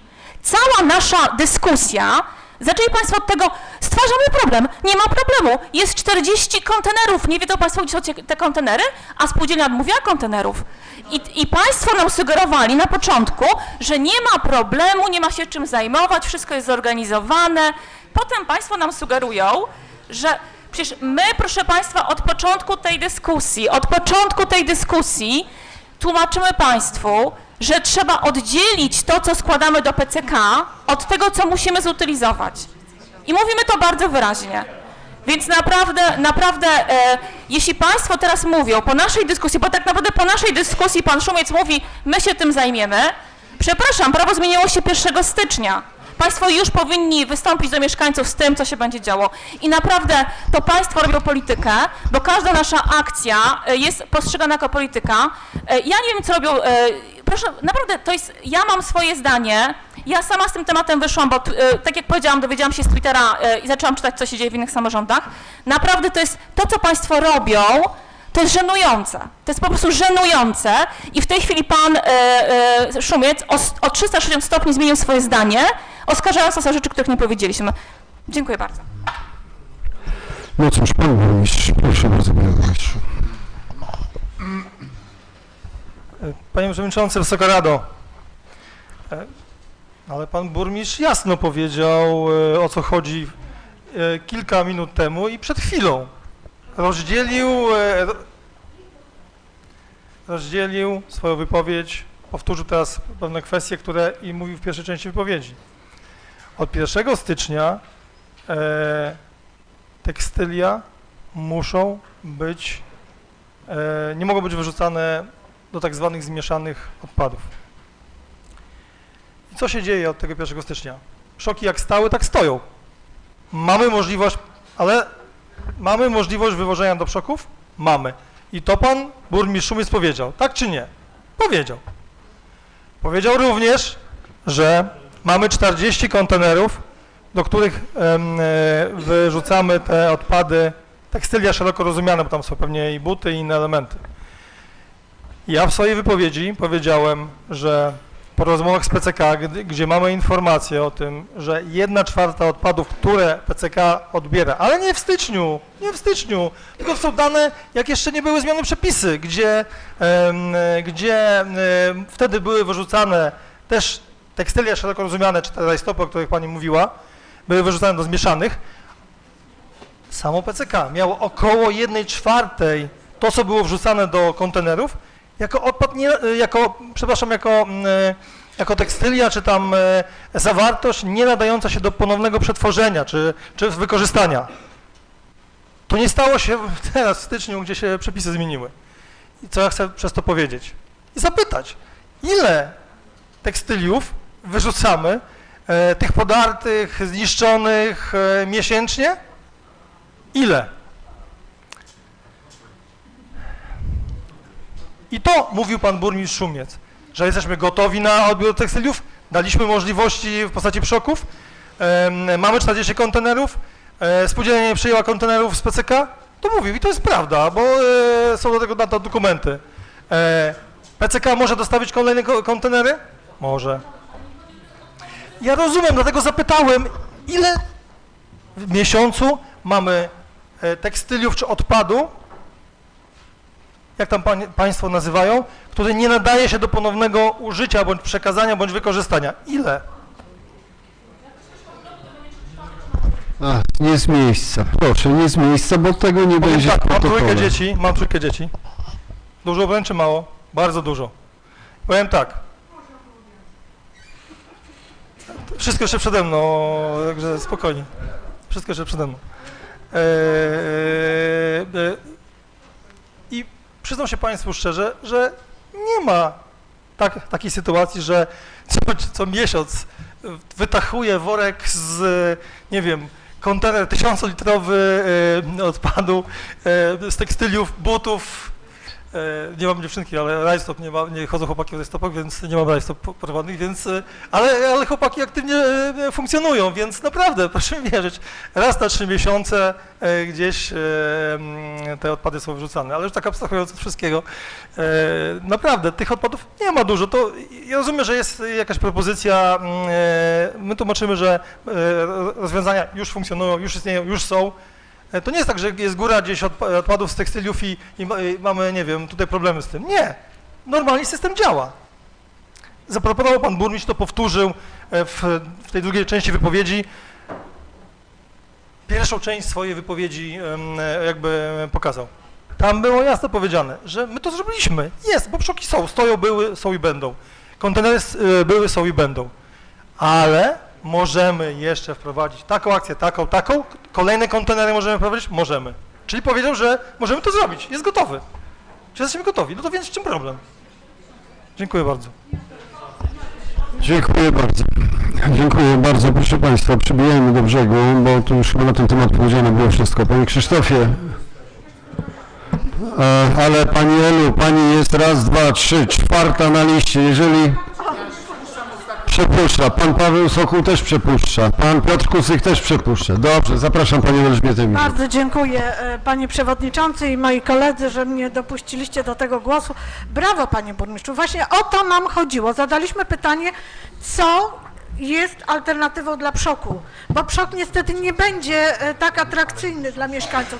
Poza tym, panie burmistrzu, pan ma tyle obowiązków, że myślę, że żona wie lepiej, co się dzieje z tymi rzeczami zużytymi. Ale wracając do meritum. Już. Nowe przepisy budzą jednak niepokój organizacjom charytatywnym. Dyrektor lubelskiego oddziału PCK Maciej Budka zauważył, że nie rozwiązują one problemów odpadów tekstylnych, te kontenery. My zbieramy odzież używaną, czyli nadającą się do ponownego użytku, ale nie odpady tekstylne, podkreślił. I teraz pan Budka obawia się, że w obecnej sytuacji, po wprowadzeniu tego przepisu od 1 stycznia, kiedy zużyte tekstylia nie będą mogły być wyrzucane do frakcji zmieszanej, bo za to grozi kara, proszę państwa, Straż Miejska lub Policja może nałożyć mandat do 5 000 złotych i mogą kontrolować nasze śmieci. A odwożenie do PSZOK-u będzie na tyle kłopotliwe, że ludzie będą wyrzucać te właśnie tekstylia, odpady, które nie będą się nadawały do ponownego użytku, do pojemników na odzież używaną. Jeśli ilość odpadów tekstylnych w kontenerach PCK będzie rosła, to takie koszty ich utylizacji wzrosną, a w konsekwencji, zdaniem pana Budki, dyrektora PCK lubelskiego, taka forma działalności traci sens, bo PCK ma zbierać środki, aby nieść pomoc potrzebującym, a nie finansować utylizację odpadów. A jeszcze wracając do zgromadzenia, to ja mam pytanie. Bo właśnie na tym zgromadzeniu, na tym wideo usłyszałam, jak pan burmistrz Szumiec powiedział, że w budżecie związku zaplanowano na 2025 rok deficyt na poziomie ponad 5 milionów złotych. I jakimi środkami zostanie on pokryty? Pytanie moje. O tym nie było mowy, tylko oczywiście było, że wszyscy wiedzą, ale nie wiedzą. Dziękuję.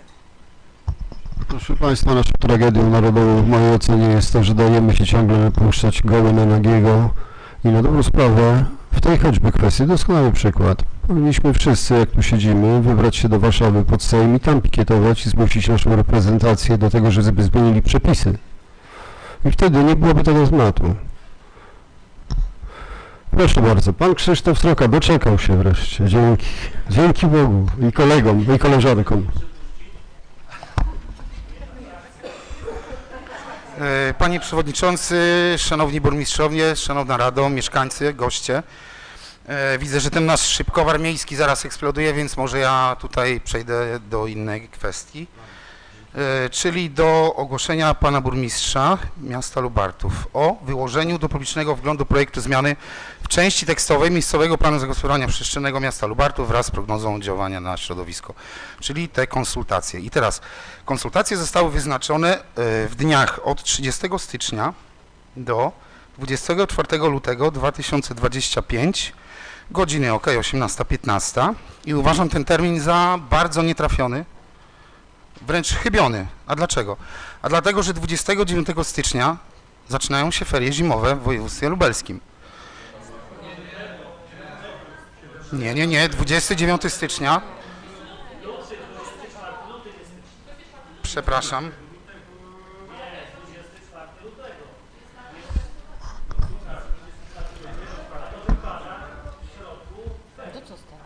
Ale zaczynają się chyba wcześniej, tak?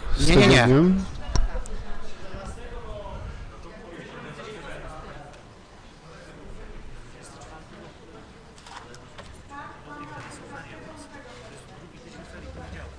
Tak, drugi tydzień ferii, poniedziałek. Czyli wypada to w czas ferii zimowych, gdzie myślę, że większa część z nas wyjedzie. Być może nie w nasze polskie góry, no bo zimę mamy taką, jaką mamy. bo ja wyjeżdżam, a chciałbym być na tych konsultacjach. I myślę, że duża część mieszkańców wyjedzie i prosiłbym w imieniu naszego klubu, żeby ten termin został zmieniony. Bo naprawdę, odliczając te wszystkie dni ferii zimowych, zostanie tylko kilka dni na tak ważne konsultacje. Proszę Państwa, są to pionierskie zmiany w planie zagospodarowania przestrzennego w całym kraju, w naszym mieście i naprawdę myślę, że duża część nas, mieszkańców, będzie chciała w tym uczestniczyć. Także proszę o inny termin. Ja przepraszam, Pogodny dla Państwa. Dziękuję. przepraszam Panie Krzysztofie, ale na posiedzeniu Komisji Planowania Przestrzennego i Budownictwa złapaliśmy się na tym, że zaszło nieporozumienie, że traktujemy te konsultacje, jakby one dotyczyły planu ogólnego, podczas gdy one nie dotyczą planu ogólnego. Ale to jest już wyłożenie części tekstowej, na którym myślę, że... Ale to nie dotyczy planu ogólnego. Dobrze, pan projektant nam może tutaj opowiedzieć, pan planista, i żebyśmy wiedzieli, o czym rozmawiamy, bo łatwo właśnie o nieporozumienie. Proszę bardzo. Dzień dobry Państwu. Jeżeli chodzi o to wyłożenie do wglądu publicznego, bo tutaj warto sobie wprowadzić to rozróżnienie, że jeszcze mamy do czynienia po pierwsze ze zmianą planu zagospodarowania przestrzennego miasta Lubartów i to w części tekstowej. Jest to zmiana planu z 2006 roku oraz zmiany planu z 2021 roku.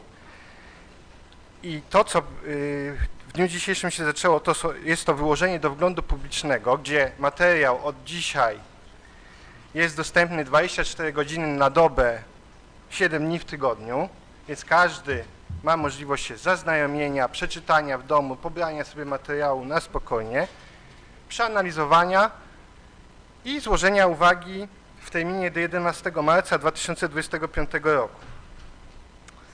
Więc to nie jest tak, że ten materiał jest gdzieś schowany, dostępny w urzędzie w godzinach wyznaczonych w ogłoszeniu, tylko jest on opublikowany, cały czas jest dostępny. Więc szukanie terminu lepszego, gorszego, to zawsze będą albo święta, albo wakacje, albo ferie zimowe, ale to, wie pan... Przepraszam, chwileczkę, sekundkę. Powiedziane było, że jest dostępny 24 godziny na dobę przez 7 dni w tygodniu. Jest dostępny online, można go sobie pobrać. Nie trzeba przychodzić, kiedy jest urząd otwarty. W dowolnym momencie można ten materiał pobrać sobie i się do niego odnieść i wystosować odpowiednie pismo. Z tego, co zrozumiałem, potwierdza pan, tak? Tak. Chciałem, żeby to wybrzmiało tak wyraźnie. Proszę bardzo.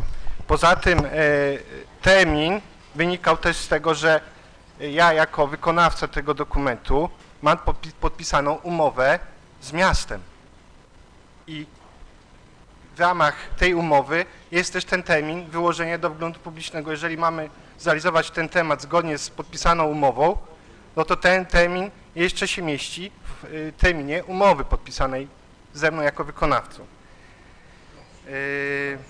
Jeżeli, no nie wiem, czy coś jeszcze Państwo chcą wiedzieć na temat tej zmiany planu? To wszystko, tak?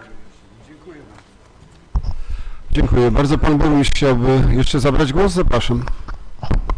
Woli uzupełnienia, to tak jak pan projektant powiedział, to są te zmiany, które rozpoczęliśmy pod koniec zeszłej kadencji. To są te zapisy w części opisowej planu, które zabezpieczają nas przed lokalizacją tutaj zakładów i zgodnie z tym zapisem, który tam jest wprowadzony, zabezpieczają naszych mieszkańców przed obawami, że coś się tu stanie. To po pierwsze. Po drugie, tutaj pan projektant z racji wrodzonej skromności nie powiedział tego. Jeżeli się skończy umowa, a plan nie będzie skończony, czy będzie trzeba zawrzeć drugą umowę, no powiem tak, czas specjalistów jest cenny, więc myślę, że dodatkowe środki będzie kosztowało Radę Miasta i podatników miasta, żeby zakończyć procedurę w tej części opisowej. Plus jeszcze przed nami część planu ogólnego. Więc myślę, że odpowiedź jasno się nasuwa, dlaczego taki termin. Dziękuję. Dziękuję bardzo. Zapraszam pana Piotra Kusyka. Znowu, tak? No, nie ma sprawy. Wasza wola, proszę państwa. Proszę. Pani Beato, jeszcze przed panią był pan Marek Polichandziak. Panie Marku, przepuszczę. Piotrek i Marek. Piotrek, ja jestem za Piotrka. i będzie Aha, pan po mnie. dobra. Wszystko tu jest zgodnie z... Tak? A no, Tak, był, ale nieważne. tak, ja chciałam w tym temacie, bo proszę Państwa, my znowu tak trywializujemy jeden z ważniejszych tematów, który poruszaliśmy na ostatnich sesjach i w tej kadencji, i w tamtej. Czyli wielokrotnie w tamtej kadencji i w tej zastanawialiśmy się nad tym, jakie zmiany powinny być wprowadzone w części tekstowej naszego planu planowania przestrzennego, żeby nas zabezpieczyć przed niebezpiecznymi zakładami. I chodzi o to, że te zapisy mogą być bardzo różne. Czyli może być taka propozycja, z którą na przykład nie wszyscy się zgodzimy, że tak, zostaniemy zabezpieczeni przed zakładami typu zakład S, ale niekoniecznie przed innymi zakładami. Druga sprawa. Na ostatniej sesji Rady Miasta bardzo wybrzmiały tematy być może jakichś bezpiecznych spalarni w centrum miast, na przykład centrum Lubartowa. To nie jest tylko spalarnia, proszę Państwa, i to mieszkańcy też akurat ulicy Cichej i Łąkowej zaczęli się dopytywać. Ja oczywiście tego tematu, ja mam nadzieję, że nie mam, w ogóle tylko wypłynął dosyć przypadkowo od jednego z radnych tutaj koalicyjnych, ale te przepisy, o których będziemy rozmawiali, to w jaki sposób my je sformułujemy, to będzie właśnie ta decyzja, czy my się zabezpieczamy na różne ewentualności. I my o tym rozmawialiśmy kilka kadencji. Nie kadencji, tylko przepraszam, kilka sesji w poprzedniej i obecnej kadencji. To jest to, co my żeśmy Państwu pokazywali. Są obszary PS, z którymi z wielu z Państwa, i Państwo wiedzą, to Państwo to potwierdzili, to zainteresowanie planem ogólnym. Ludzie na osiedlu Królów są w takim sąsiedztwie. Tak jak mówię, trochę się zaczęli stresować osoby, które mieszkają blisko tutaj Pecu, na ulicy, mieszkańcy ulicy Cichej, bo ludzie są po prostu tym tematem już trochę zaniepokojeni. I teraz my doszliśmy do tego momentu, po wielu sesjach, że następuje wyłożenie i tak, zgadzam się, to wyłożenie możemy sobie sprawdzić w każdej chwili, ale dochodzi do tego momentu, gdzie możemy się spotkać w większej grupie i jest zaplanowane spotkanie, proszę Państwa, bo to, że to jest wyłożenie, ja się zgadzam, wszyscy sobie przeczytamy, jest to dostępne. Natomiast dyskusja publiczna nad rozwiązaniami przyjętymi w projektowanym dokumencie, czyli zakładam, że będą tam prawnicy, będzie tam pan projektant, to będzie dyskusja publiczna i ta dyskusja publiczna została zaplanowana na środek ferii. Proszę Państwa, po wszystkich naszych dyskusjach, apelach do Państwa, żebyśmy dbali o partycypację mieszkańców, żeby takie spotkania były jak najbardziej dostępne i popularne wśród mieszkańców.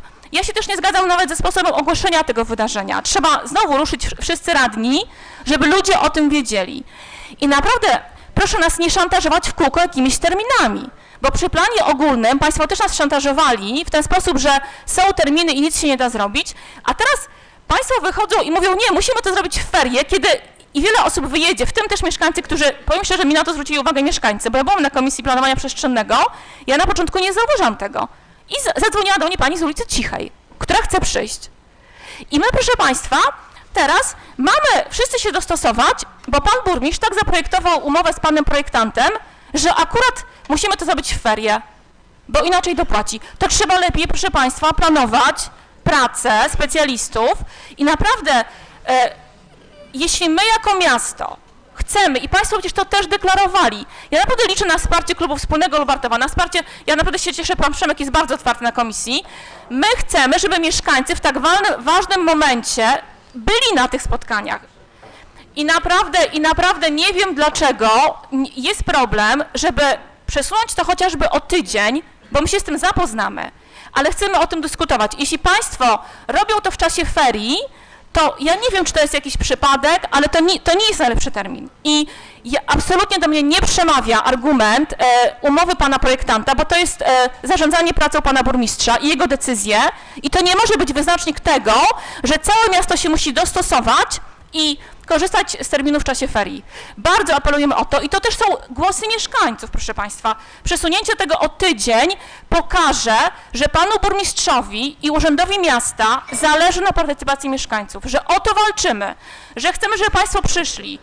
Natomiast tego typu terminy dla mnie są trochę dziwne. Zastanawiam się, też z chęcią posłucham, jak pan projektant widzi temat, konsultacji w sprawie planu ogólnego, bo to może być jakiś Wielki Czwartek znowu, ja nie wiem, jak Państwo to planują. Naprawdę bardzo apelujemy o to, żeby wyjść z terminu feriowego i spróbować to przesunąć chociażby o tydzień, żeby wielu mieszkańców, zresztą z ulicy Krańcowej też rozmawialiśmy z panem Sroką, ludzie mają już zaplanowane wyjazdy, proszę Państwa, więc wydaje mi się, że tydzień, 7 dni różnicy, nie wiem ile tam dniówka pana projektanta kosztuje, czy to jest aż taki duży problem, żeby wysunąć to poza ferie. Myślę, że to nie jest naprawdę duży problem, to jest rzecz do szybkiego rozwiązania. Najbardziej mnie przerażają proste rozwiązania. Dobrze. Panie burmistrzu, chciał pan zabrać głos. Proszę bardzo. Panie Przewodniczący, Wysoka Rado, dwa pytania, żeby sprawdzić to wiarygodność niektórych osób. Kiedy była podpisana umowa z panem projektantem na realizację tej części opisowej? Marzec 2024, tak? A kiedy ministerstwo czy organ do tego uprawniony ogłosił terminy ferii w poszczególnych województwa Polski? Mówienie o tym, że, nie powiem tego literalnie, pewnie odsłucham znowu,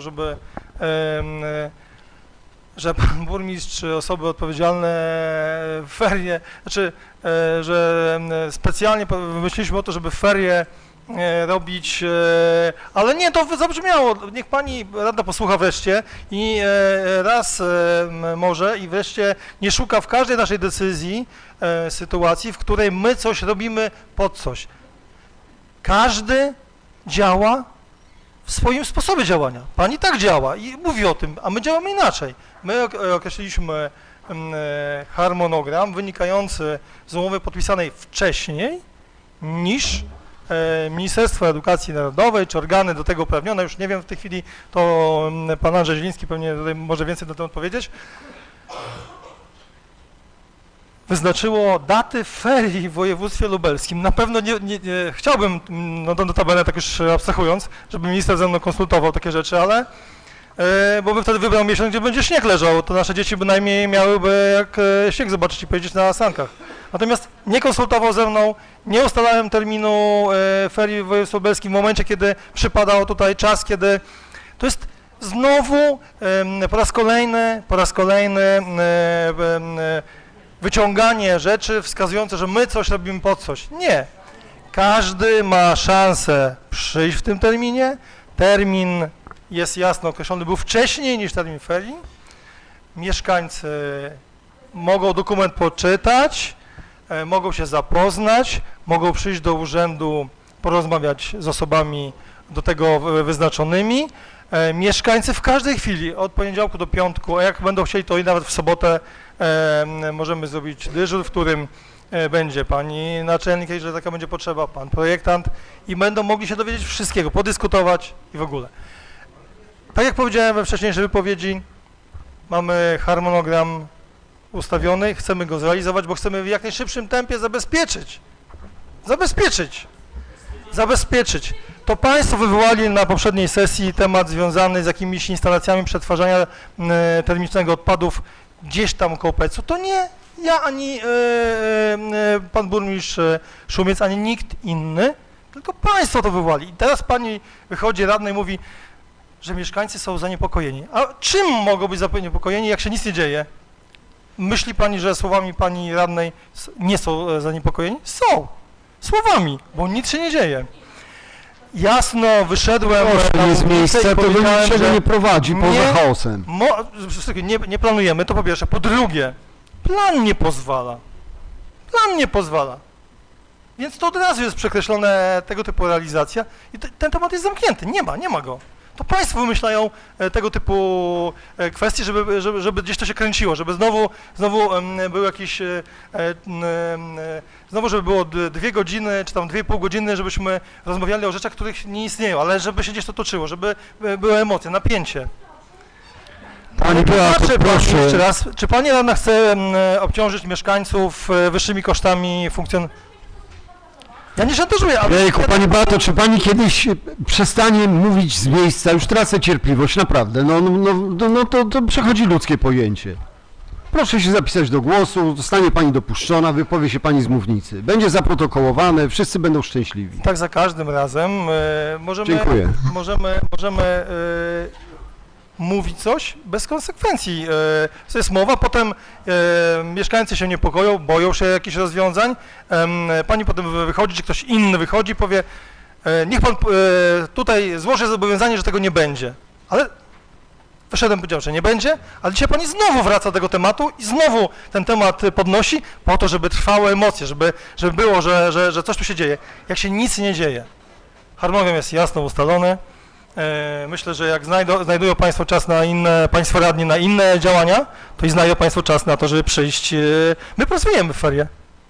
Państwo radni też mają mandat. Państwo radni mają mandat do reprezentowania swoich mieszkańców i nie jest powiedziane w wykonywaniu mandatu radnego, że w czasie ferii mamy nie uczestniczyć w konsultacjach, pani radna. Dziękuję bardzo. Dziękuję bardzo. Zobaczmy na listę. Proszę Państwa, patrzyłem na właśnie zarządzenie burmistrza numer 8 przez 1478/2024, gdzie ten termin był, no, to było co innego w sprawie przeprowadzenia konsultacji projektu uchwały Rady Miasta. Niemniej jednak też to jeszcze co innego tutaj. No nic, nieważne, to chciałem się z Państwem podzielić, czym się zajmuję w międzyczasie. Pan Piotr Kusyk, zapraszam.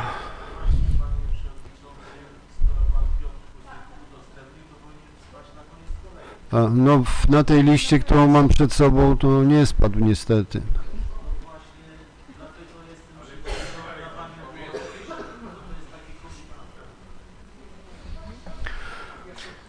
Panie Piotrze, Marku, proszę bardzo. Pan też po mnie wyraził zgodę, to pan spadł po mnie. A ja słyszałem, że chyba pytał jednak. Padło pytanie, nie było odpowiedzi, ale proszę, bo jesteśmy... No to dlaczego, jak nie było odpowiedzi, to jak pan mógł? Nie traćmy czasu, panie Piotrze, bo to jest jałowa dyskusja. Tak jest i tu się zgadzam z panem.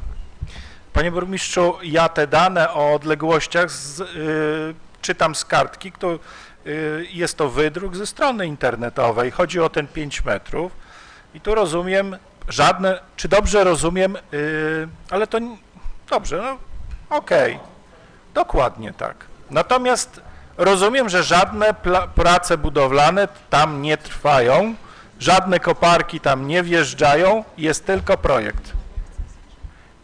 I tak usłyszałem i mam nadzieję, że tak będzie.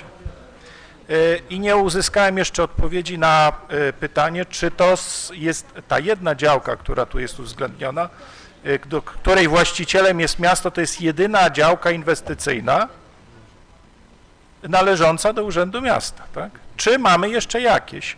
A jeśli mamy, no to dobrze by było, żeby to się tutaj znalazły. To tak gwoli uzupełnienia. Teraz chciałem się odnieść do pana wypowiedzi i do tego, co pan powiedział w sprawie wypowiedzi radnej Pasikowskiej. Zakłada pan złą wolę. My zwracamy tylko uwagę i nie zakładamy złej woli z państwa strony, że tą datę tych konsultacji społecznej specjalnie ustaliliście na ferie. Zwracamy tylko uprzejmie uwagę, że trafiły to na ferie i pytamy, czy istnieje możliwość, żeby to było przed lub po. I tyle. No. Natomiast ja nie słyszałem, żeby pani radna Pasikowska zarzucała coś ratuszowi. No nie. A teraz chciałem przejść do poważniejszych, jeszcze w sprawie tych kontenerów. Natomiast kiedy pomyślę o robieniu porządku w domu, no to wybieram i zamierzam oddać używane ubrania, to wybieram takie ubrania, które, i to powtórzę za radną Pasikowską, które według mnie nadają się do noszenia. Natomiast ubrania, czy wszelką odzież, która się nie nadaje, nigdy w życiu nie przyszłoby mi do głowy, żeby wrzucać do kontenera PCK, czy bądź jakiegoś innego. No i też jestem troszkę, to, że taka odzież może się, czy znajdować w takich kontenerach i niektórzy wrzucają taką odzież, to jest jedno, ale to nie znaczy, że większość mieszkańców tak robi. Natomiast ja usłyszałem tutaj od burmistrza Szumca, że jak najbardziej my możemy odzież, która się nie nadaje do użytku i tekstylia, które się nie nadają do użytku, wrzucać do kontenerów PCK. No to w związku z tym ja oczekuję, że na tej sesji tutaj pan burmistrz Szumiec wstanie i złoży jako przewodniczący zarządu Związku Komunalnego Gmin Ziemi Lubartowskiej takie oświadczenia, żeby mieszkańcy z czystym sumieniem mogli wszystkie szmaty i ubrania, które się nadają do użytku, wrzucać do tych kontenerów. Wtedy sprawa będzie załatwiona. Ja z czystym sumieniem wtedy nie będę segregował, wrzucę wszystko do kontenera. Tylko jednak wydaje mi się, że to chyba jednak nie tak powinno się odbywać. I teraz przejdę do troszeczkę poważniejszej sprawy. Wiadomo, że w Rokitnie znajdują się niecki, w których gromadzi się odpady, których się przetworzyć nie da. Była niecka numer 1, była niecka numer 2. Ta niecka, z tego co mi wiadomo, jej żywotność się niestety kończy i to prawdopodobnie, jeśli dobrze wiem, skończy się już w tym roku. Moje pytanie jest następujące. Co władze miasta i jednocześnie Związku Komunalnego robią, tylko chciałbym o konkretną odpowiedź. Co robią, aby zapewnić w następnych, kolejnych latach możliwość odbioru, bo wiem, że prace nad trzecią niecką niespecjalnie są zaawansowane i nie wiem, czy w ogóle są prowadzone. W związku z tym oczekuję jakichś informacji na ten temat. Dziękuję. Więc myślę, że na kolejnej sesji, jak będziemy mieli okres międzysesyjny do dyskusji, to wtedy panowie burmistrzowie o tych wszystkich rzeczach, te wszystkie tematy, które tu były poruszone, to nam zreferują, czym się zajęli w okresie międzysesyjnym. A dzisiaj powoli przybijamy do brzegu. Zapraszam pana burmistrza. Panie Przewodniczący, Wysoka Rado, przepraszam, ale bo tutaj muszę powtórzyć to, co powiedziałem przed wystąpieniem pana radnego Kosyka, że potwierdzam to, co mówiłem odnośnie pierwszego części pana pytania. Już nie chcę wracać, bo będziemy zaraz znowu się przepychali, czy mówiliśmy o rajstopach, czy o kalesonach, czy o innych rzeczach. No to nie o to chodzi, już dajmy spokój. O ilości tych odpadów, o możliwościach, które są. Ale bardzo dobre pytanie było to kolejne. Tam usłyszeliśmy różnego rodzaju tutaj opowieści, jak to są wynagradzane osoby w urzędzie miasta, co one robią. Niektórzy pretendenci, którym marzy się pewne rzeczy, oceniali pewne kwestie, kto co robi, a czego nie robi.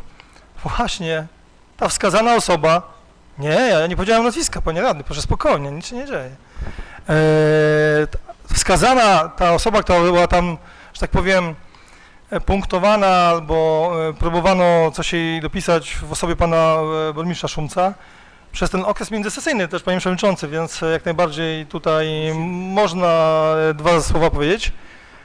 Od dłuższego czasu, i to nie jest tylko okres ostatniego miesiąca, ale to już jest końcówka poprzedniego roku, jako przewodniczący zarządu związku prowadzi rozmowy w ramach zarządu związku, ale również z najważniejszym partnerem naszym, jakim jest miasto Lublin, odnośnie różnych rozwiązań co do kwestii tak zwanej trzeciej niecki.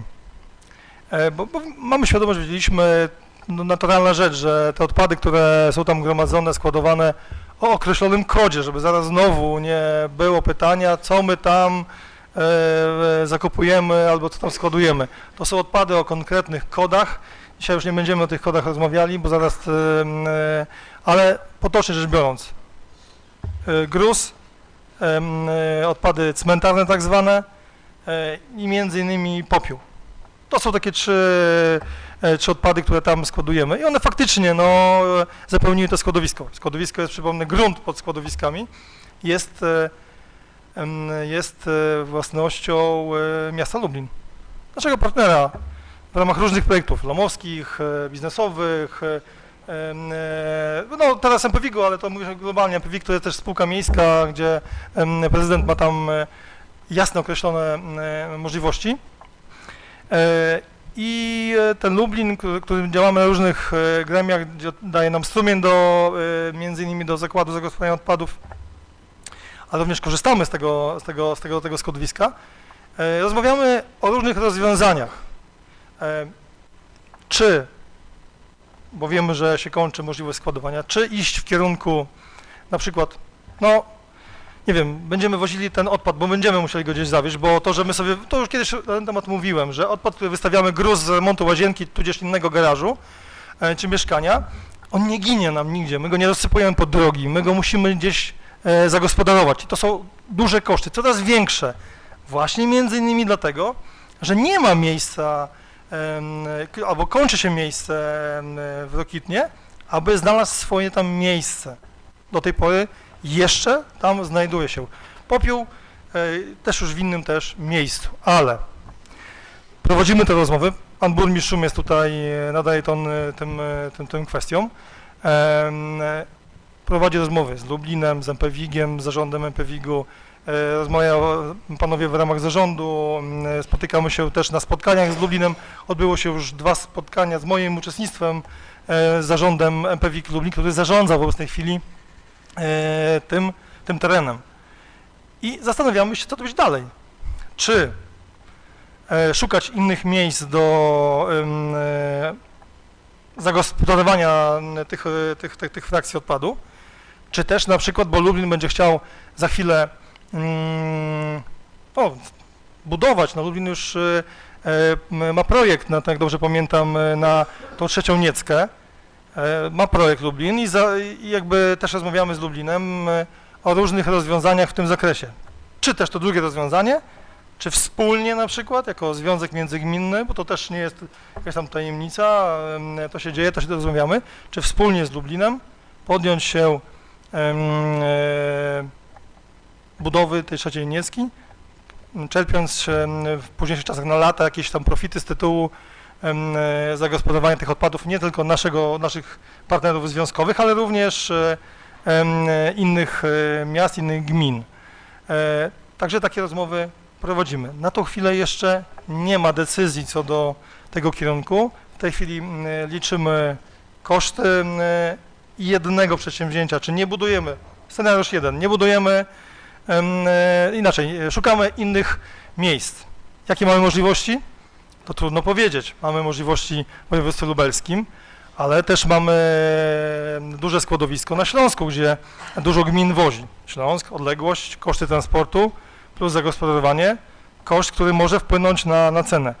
Druga ścieżka, budowa wspólna, musi mieć środki na budowę, wspólnie w jakimś gronie, nie samo miasto Lubartów, wspólnie z MPWiG-iem, z Lublinem. Różne tutaj mamy scenariusze, ale tak jak powiedziałem, nie ma jeszcze ostatecznej decyzji, natomiast prace trwają od dłuższego czasu, rozmowy trwają i między innymi pan burmistrz został przeze mnie wynagrodzony, tak żeby uciąć ewentualne pytanie, które gdzieś tam się pojawić mogło, bądź nie mogło, ale wiem, że w publicznej tutaj, otoczeniu publicznym naszego miasta bądź jednego gremium jest podnoszone.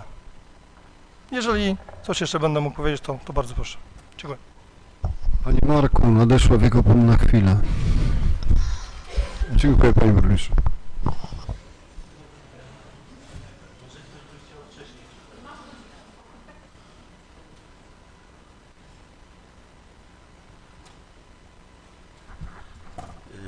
Panie Przewodniczący, mam prośbę, ograniczmy się do ustępowania kobietom miejsca w samochodzie, na krześle, w drzwiach może, bo przeskakujemy te kolejki i się robi troszeczkę bałagan, ale to taka dygresja. Proszę Państwa, ponieważ w pewnym sensie, znaczy Państwo w bardzo ciekawy sposób prowadzą dyskusję, mówiąc, że my nie mamy złych intencji, ale w wasze wypowiedzi wplatają się takie słowa, żeby tu burmistrz jasno zadeklarował i przeciw się stawił czemuś, czego w ogóle nie powiedział. Bo ja ze słów pana, z wypowiedzi pana Radosława nie słyszałem, że on zachęcał do wrzucania do kontenerów PCK. Ale państwo to podkreślają, żeby poszło w przestrzeń medialną, żeby można to było gdzieś tam puścić, wytłuścić drukiem i tak dalej, i tak dalej. Podobnie pytanie, mam wrażenie, że przedstawiciele miasta w związku nic nie robią, bo się nie odzywają. To jest taki mały socjotechniczny zabieg, ale który ma określony cel. Macie państwo naprawdę dobrego nauczyciela, mistrza socjotechniki, nie wiem którego, bo nie znam, mogę się domyśleć, natomiast proszę powiedzieć, że to wbrew, prędzej czy później i tak upadnie i tak dalej. Ja bym chciał z państwu zwrócić uwagę, bo państwo się może nie orientują, oczywiście to nie dotyczy PCK, to od razu podkreślę, ale swego czasu zbiórkę tej odzieży organizowały wyspecjalizowane firmy poprzez różne fundacje. I znam osobiście kilka osób, które takie firmy prowadziły w Krakowie. Wiecie państwo, gdzie później się te ciuchy znajdowały? W ciuchlandach. Bardzo często pozyskiwali te ubrania z firm podobnych, ale zbierających firmy takie zbiórki za granicą. Do nas bardzo często wpływała odzież z Anglii, z Wielkiej Brytanii, z Niemiec i tak dalej, bo to był najlepszy sposób na pozbycie się. Prawdopodobnie nasza odzież z części tych kontenerów również trafia do krajów Europy Wschodniej i tak dalej, i tak dalej. Jest takich wiele firm. Więc proszę mi wierzyć, oczywiście nie mówię o PCK, bo PCK działa w bardzo szlachetnej intencji, natomiast PCK również, zaczynając taką działalność, zdawała sobie sprawę z tego, że częścią tej zbiórki odzieży będzie niestety, ale segregacja tych, bo oni wiedzieli doskonale. Ludzie są tacy, jedni szlachetnie wynoszą czystą odzież, posegregowaną do ponownego użytku, ale wielu też pozbywa się po prostu starej odzieży i tak dalej. Tego nie unikniemy, bo trzeba by było w każdym kontenerze jakieś kamerki przed wrzuceniem, sprawdzać tą odzież i tak dalej, co by w ogóle nie miało sensu. Natomiast no ludzie muszą być, natomiast, że tak powiem, ja powiem, nad czym my pracujemy w związku i to, że ktoś się nie odzywa, to nie znaczy, że nic nie robię, bo ja wychodzę z takiego założenia, że lepiej nic nie mówić, a działać, niż po prostu gadać bez sensu, po to tylko, żeby gadać.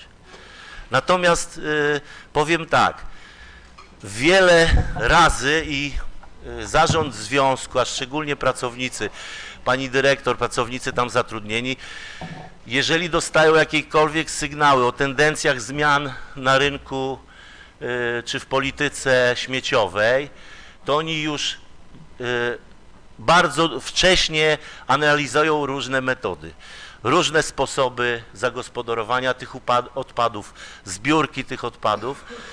Natomiast, żeby konkretnie wyliczyć, jak to zrobić i w jaki sposób, potrzebne są ilości, bo masę odpadów, czy masę tych tak zwanych śmieci liczy się w ten sposób, że się liczy masę poszczególnych elementów, czyli zbieranych w żółte worki, zbieranych w niebieskie i tak dalej, dzieli się przez liczbę mieszkańców i na tej podstawie robi się wycenę, no i dodaje się oczywiście wszystkie koszty i tak dalej. Na tej podstawie się ustala cenę dla mieszkańca, biorąc oczywiście pod uwagę różne inne elementy, takie jak częstotliwość odbioru, i tym się też zajmują i proszę mi wierzyć, mają naprawdę wiele pracy i w każdym elemencie analizują wszystkie aspekty tych zbiórek.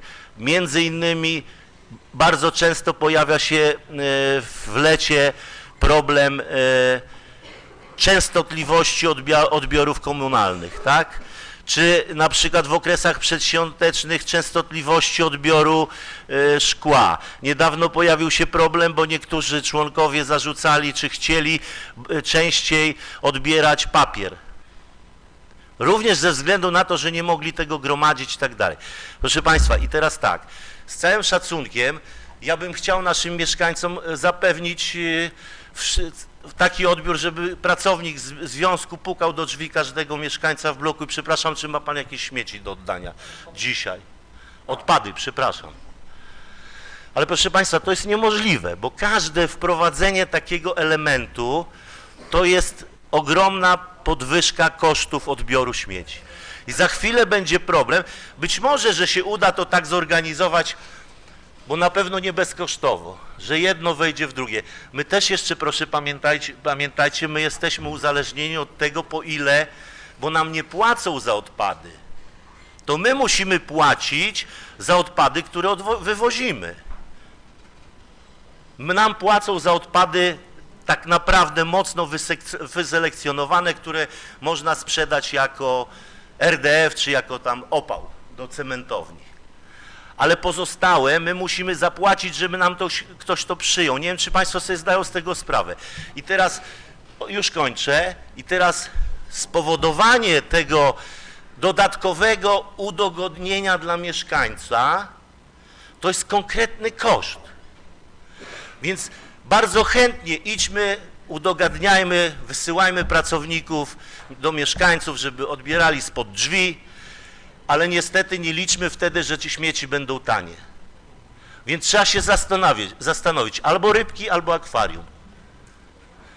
Na pewno związek po analizie ilości tych odpadów tekstylnych, co na pewno będzie wiadomo nie w ciągu miesiąca, bo dopiero miesiąc minął od wprowadzenia tej zmiany, ale być może w ciągu 2-3 miesięcy pracownicy związku ustalą, jaka najlepsza metoda będzie na pomoc naszym mieszkańcom, którym na przykład nie chce się albo nie mogą odwieźć tego na przok, żeby to nie było kosztochłonne, a żeby było jednak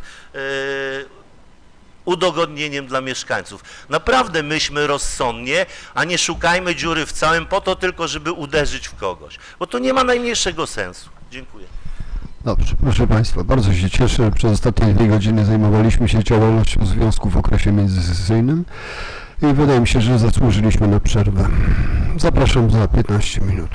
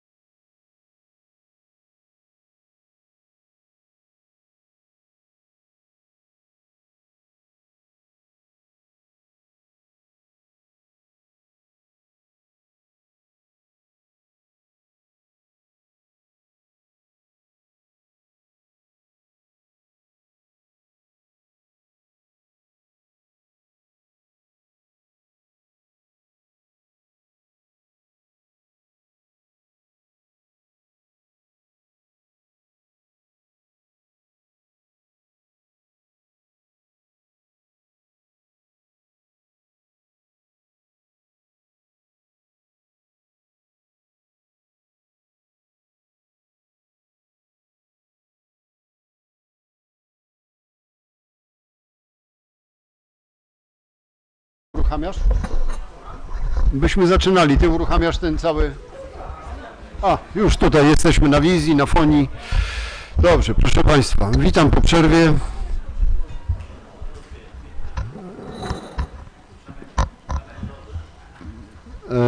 Witam po przerwie. Zapraszam Panią Ewę Grabek.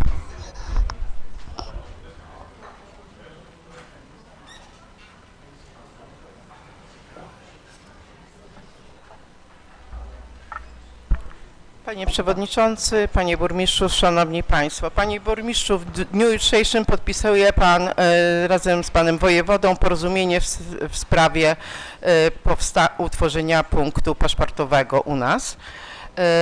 Czyli mam rozumieć, że w przeciągu najbliższych miesięcy taki punkt już powstanie, będzie funkcjonował. No, mieszkańcy oczekują tego właśnie punktu, ponieważ chcą załatwiać tutaj wszystkie swoje sprawy paszportowe. No i w tym momencie, idąc tym tokiem myślenia, również zwracają się do mnie i rozmawiają ze mną w tej sprawie, aby również powstał punkt PGE.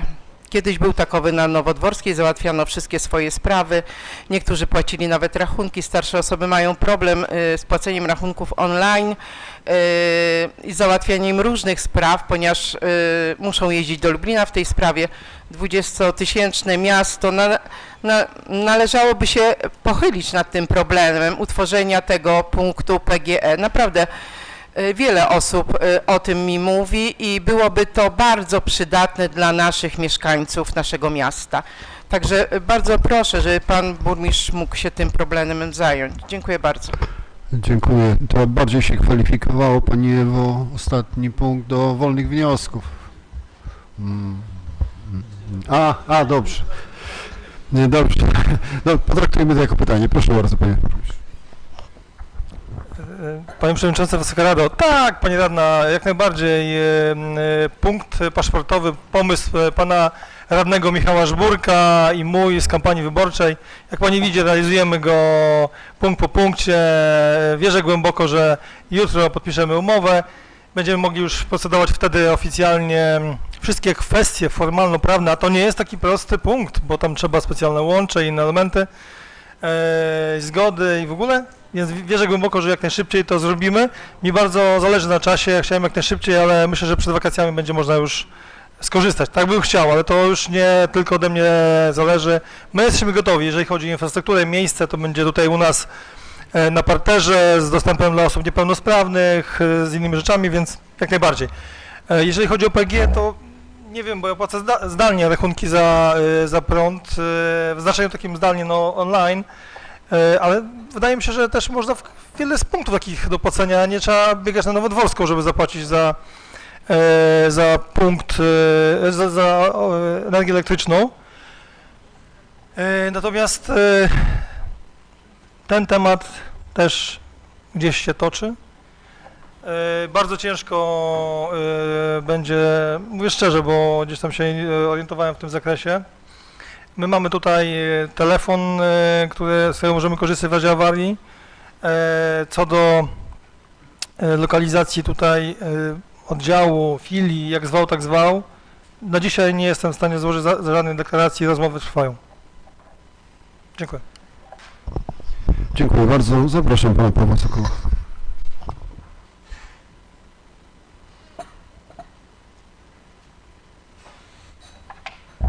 Panie Przewodniczący, Wysoka Rado, ja mam tutaj pytanie do Pana Burmistrza Szumca. Pytanie moje jest takie, bo zrozumiałem, że odpad RDF jest nam płacony, jak my wozimy do cementowni do Chełma? Czy to nie jest odwrotnie, że to my płacimy za ten odpad, wywożąc go do Chełma, do spalarni? My płacimy, tak? Czyli my płacimy. Okej, czyli było źle zrozumiałem, bo Pan Marek Polichanczuk powiedział, że to nam jest płacone, nie? Tak, czyli my płacimy. To ja bym chciał wiedzieć, jaki jest koszt za tonę wywożonego tego odpadu i czy on nie wzrośnie w tym... Przykro mi, Panie Pawle, nie mieści się to kompletnie, ani w przedmiocie tego punktu, ani w ogóle nie odnosi się do żadnej z decyzji burmistrza w okresie międzysesyjnym. No ale jak się nie Zapraszam pana do związku i tam na pewno panu udzielą tej Ale informacji. jeżeli wcześniej mogliśmy o innych rzeczach odnośnie związku rozmawiać, to ja nie rozumiem, dlaczego tego nie możemy rozmawiać. No bo to jest ja jedno. prowadzę sesję, a nie pan, więc proszę pana, wróćmy do punktu sprawozdanie z działalności burmistrza w okresie międzysesyjnym, a nie omawiajmy, nie dyskutujmy kwestii Związku Gmin Ziemi Lubartowskiej. Jeszcze mam jedno pytanie, bo nie odpowiedział pani Eli Mizio na pytanie, że stwierdził pan w jednych z gazet lubartowskich, że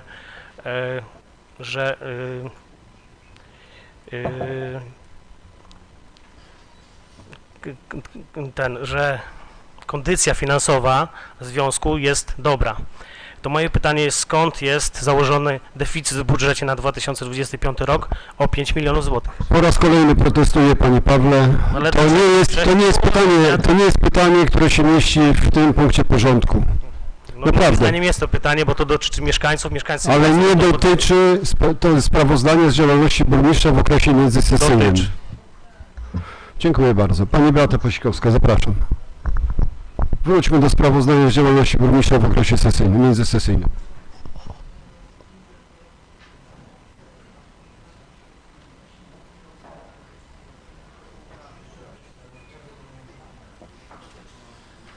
Szanowni Państwo, ja wracam do tematu tych naszych konsultacji, o których już rozmawialiśmy. Jeszcze raz chciałam bardzo prosić o to, żeby ten termin zmienić, dlatego że ja akurat spokojnie będę 24, nie wyjeżdżam, nie jestem na urlopie i nie jest to problem dla mnie bynajmniej, ale jest to problem dla mieszkańców. I proszę Państwa, jeśli my, to są konsultacje, które my odbywamy raz na 2 lata w tym zakresie i to, że my mówimy, to troszeczkę, co pan tutaj, burmistrz mówi, że straszymy, ale my byliśmy już postawieni w takich sytuacjach, że dowiadywaliśmy się po fakcie o wielu sytuacjach, nie było możliwości manewru. I teraz to spotkanie jest po to dla mieszkańców, żebyśmy usłyszeli od pana projektanta na tym spotkaniu, mieli być może swoje zdanie na ten temat, co może, przed czym nas zabezpieczają, a przed czym nas nie zabezpieczają te przepisy. I naprawdę bardzo apeluję o to, chcieliśmy mieć transparentne miasto, chcieliśmy mieć udział mieszkańców. Boli mnie to, gdy słyszę, że Państwo mówią, mieszkańcy tak nie przyjdą. No zaczęliśmy chodzić, spotykać się z mieszkańcami, rozmawiać. Wiadomo, że mieszkańcy mają swoje sprawy, ale naprawdę przesunięcie o tydzień to nie jest jakiś wielki problem, żeby te osoby, o których na przykład też wiemy, że chcą przyjść, tutaj mówię też o mieszkańcach z ulicy Cichej, a którzy nie mogą przyjść i na pewno wiele osób gdzieś tam wyjeżdża, bardzo o to proszę, żebyśmy umożliwili konsultacje, które odbywają się raz na 2 lata. Ile razy my takie spotkania robimy, proszę Państwa? Wydaje mi się, że wszystkim nam powinno zależeć na tym, że mieszkańcy byli informowani, mieli wiedzę, wiedzieli, co się dzieje, a nie proponowanie takich terminów, które moim zdaniem jednak takie spotkania utrudniają. Więc jeszcze raz bardzo proszę o to, abyśmy wyszli na troszeczkę do przodu i przynajmniej przesunęli, to jest kwestia kilku dni. No wiem, że to są jakieś kolejne przepisy, tutaj Pani mi mówiła w czasie przerwy, ale przesunęli w ten sposób, żebyśmy mogli spotkać się w większym gronie i o tym porozmawiać. Dziękuję bardzo. Pan projektant zgłaszał się do głosu. Zapraszam Pana.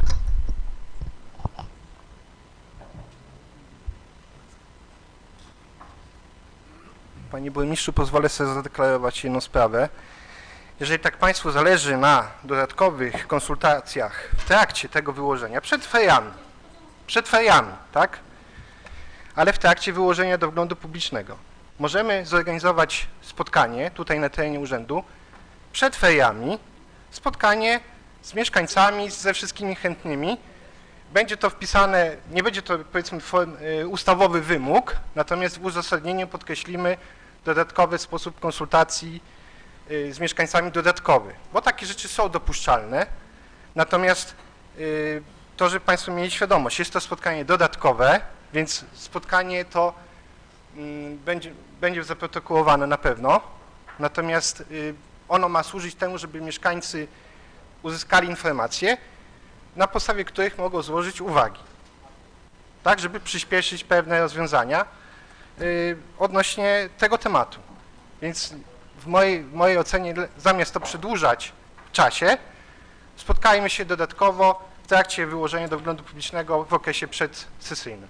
To i prosiłbym o ustalenie terminu, kiedy Państwo chcieliby się spotkać. Dziękuję bardzo. Myślę, że to rozsądna propozycja. Bomba. Pan Piotr Kusyk jest na liście osób zgłaszających się. Zapraszam.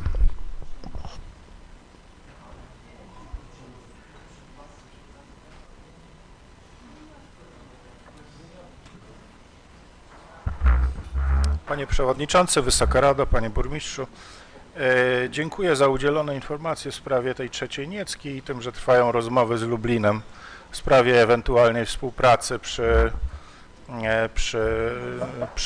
powstaniu, rozwiązaniu i tak dalej. No i będą tam potrzebne środki finansowe, to o czym Pan wspomniał, no bo nic bez pieniędzy się nie da zrobić. No i słuchając ostatnie posiedzenie związku, tutaj posłużę się cytatem, żeby to nie było zdanie wyrwane z kontekstu, cytatem wypowiedzi pana burmistrza Radosława Szumca. To nie jest nic kontrowersyjnego, spokojnie.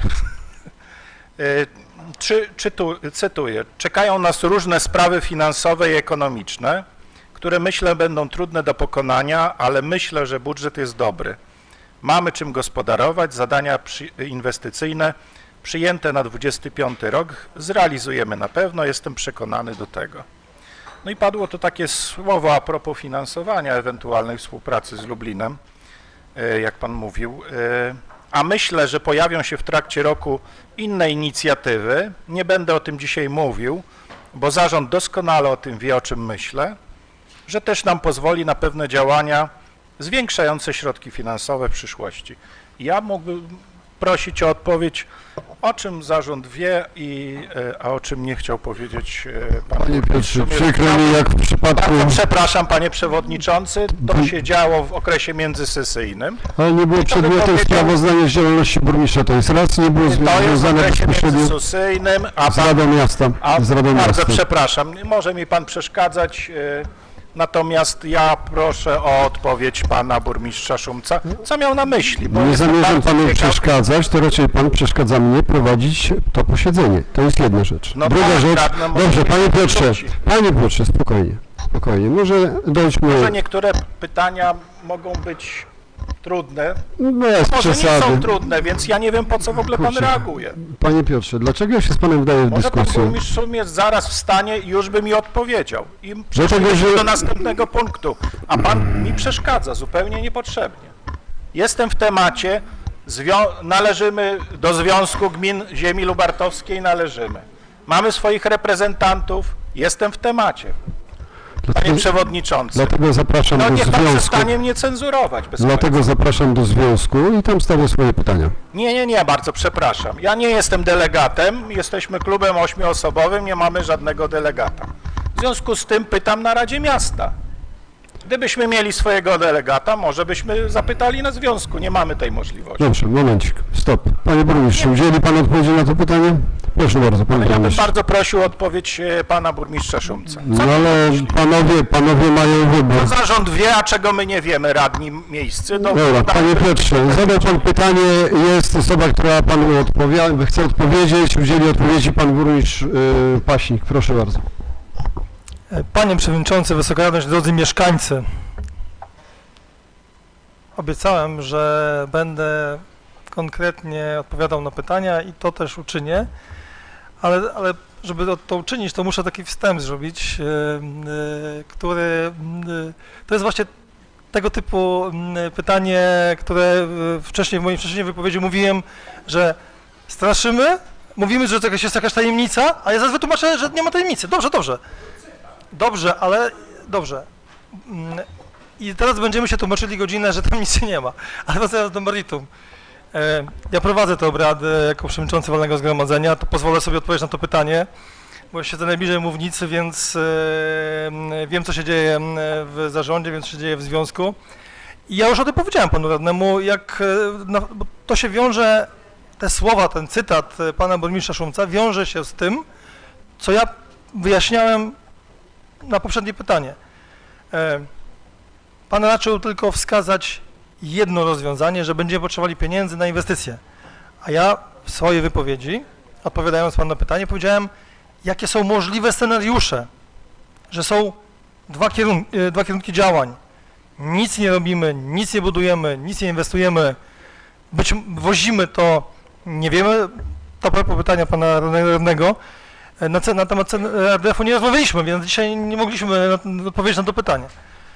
Natomiast w okresie międzysesyjnym na zarządach rozmawiamy o różnych rzeczach, na walnym wtedy, rozmawialiśmy o różnych scenariuszach. Jeżeli nie budujemy, no to musimy się zmierzyć z ewentualną podwyżką kosztów za zagospodarowanie tego typu odpadu. Nie wiemy, jakie to będą ceny. Na to może mieć wpływ wiele rzeczy. Na przykład dostępność miejsc na tego typu odpad, gdzie można go zagospodarować, a jest to ograniczona ilość miejsc, bo to jest to odpad, no gruz ciężko, żeby się skurczył, że tak powiem, tak fizycznie, czy też cmentarne odpady. I drugie rozwiązanie, nie wiemy, za ile ktoś nam przyjmie, że znajdziemy i gdzie ten odpad, więc tutaj to jest, na razie nie wiemy, jaka kwota. I o tym pan burmistrz mówił. I drugi kierunek, czy jeżeli chcemy zbudować za płotem tak zwanym, odpadają nam koszty transportu, będzie musiała być zrealizowana jakaś inwestycja z jakimś partnerem, tak? To czeka nas w tym roku, tak by pan burmistrz powiedział, tak, czeka nas w tym roku decyzja co do kierunku działań w tym zakresie. Jest to w tej chwili liczone, analizowane koszty jednego i drugiego kierunku. To pan burmistrz miał na myśli. Dziękuję. Dziękuję bardzo. Widzę, że nie widzę nikogo chętnego do zabrania głosu, więc zamykam dyskusję w tym punkcie. Przechodzimy do punktu 4. Sprawozdanie burmistrza z realizacji budżetu obywatelskiego 2024. Pani naczelnik, tak? Proszę bardzo. Panie Przewodniczący, Panowie Burmistrzowie, Wysoka Rado.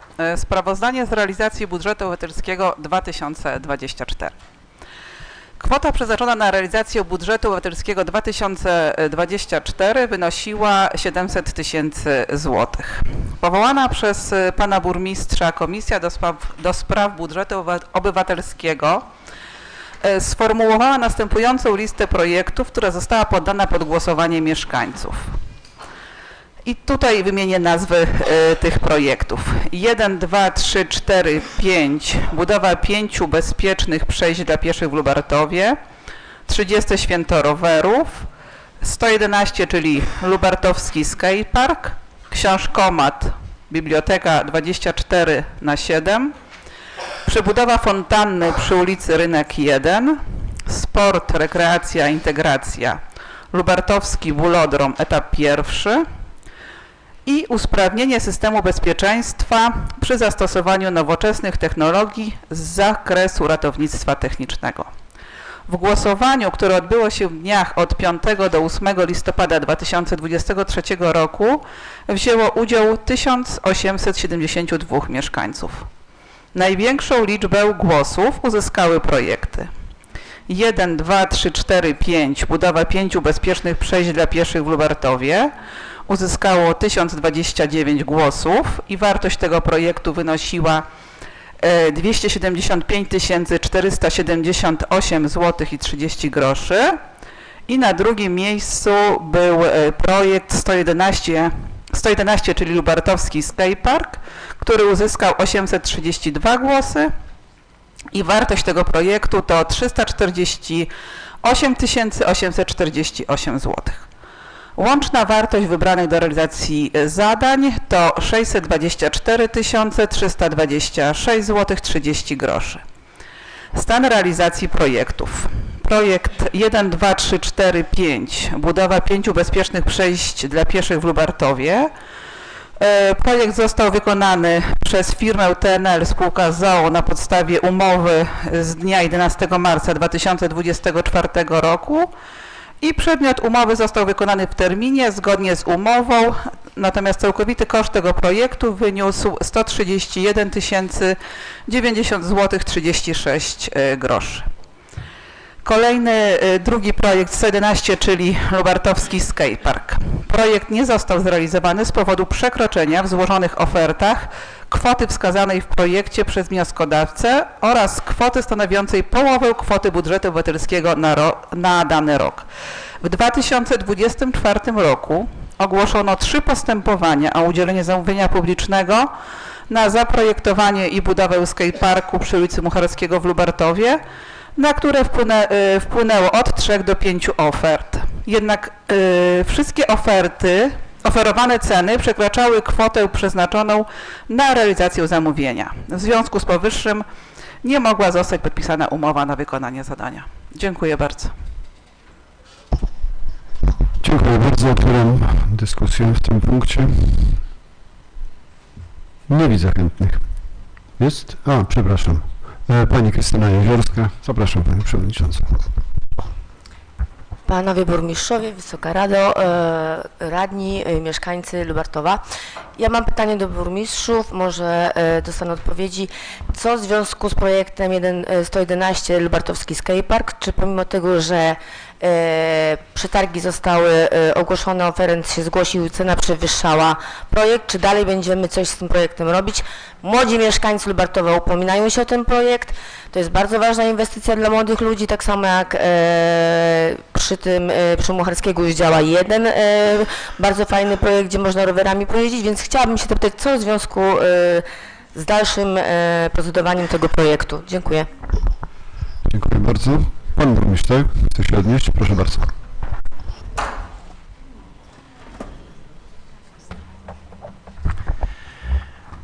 Panie Przewodniczący, Wysoka Rado,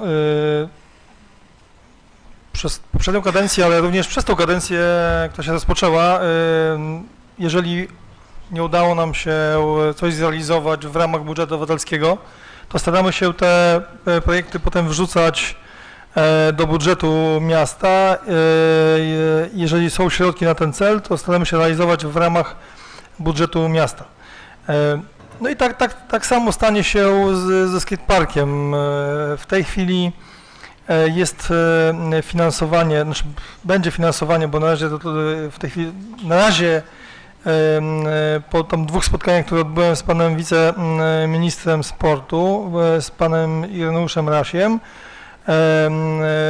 otrzymaliśmy jako samorządowcy informację, że będą dedykowane środki między innymi na budowę skateparków i zamierzamy składać tutaj aplikację na budowę tego typu infrastruktury sportowej, chcąc troszeczkę ten projekt bo jak ktoś zna ten projekt, jak on by miał być zrobiony, czyli budowa miała być płyta betonowa, a te wszystkie chopki, czy to jak to tam się nazywa technicznie, miały być wykonane ze specjalne, znaczy no, atestowane urządzenia, ale nie z betonu, to teraz chcemy te właśnie urządzenia, te chopki, te wszystkie skarpy, rynny, zjazdy zrobić z betonu. W tym momencie projektujemy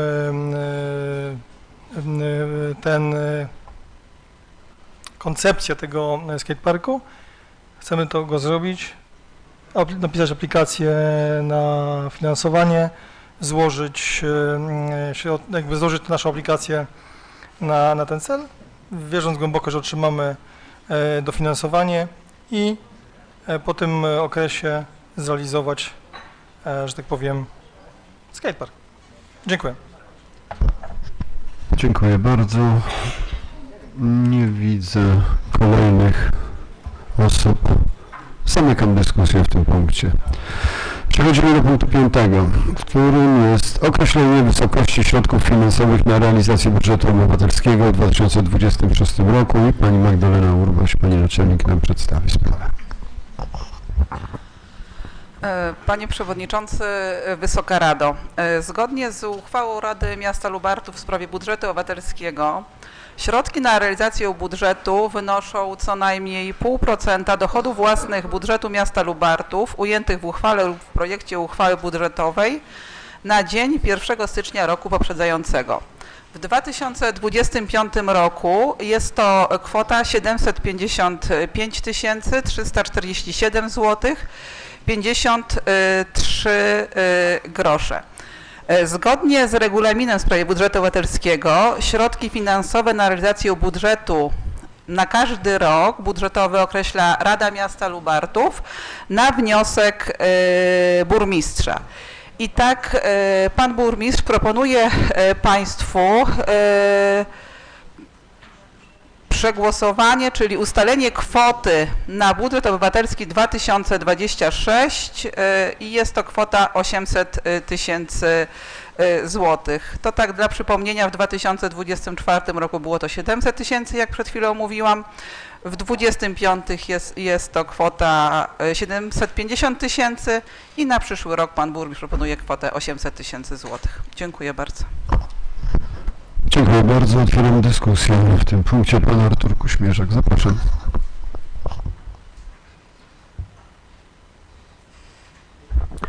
Panie Przewodniczący, Wysoka Rado, Szanowni Panowie Burmistrzowie, Szanowni Mieszkańcy Lubartowa.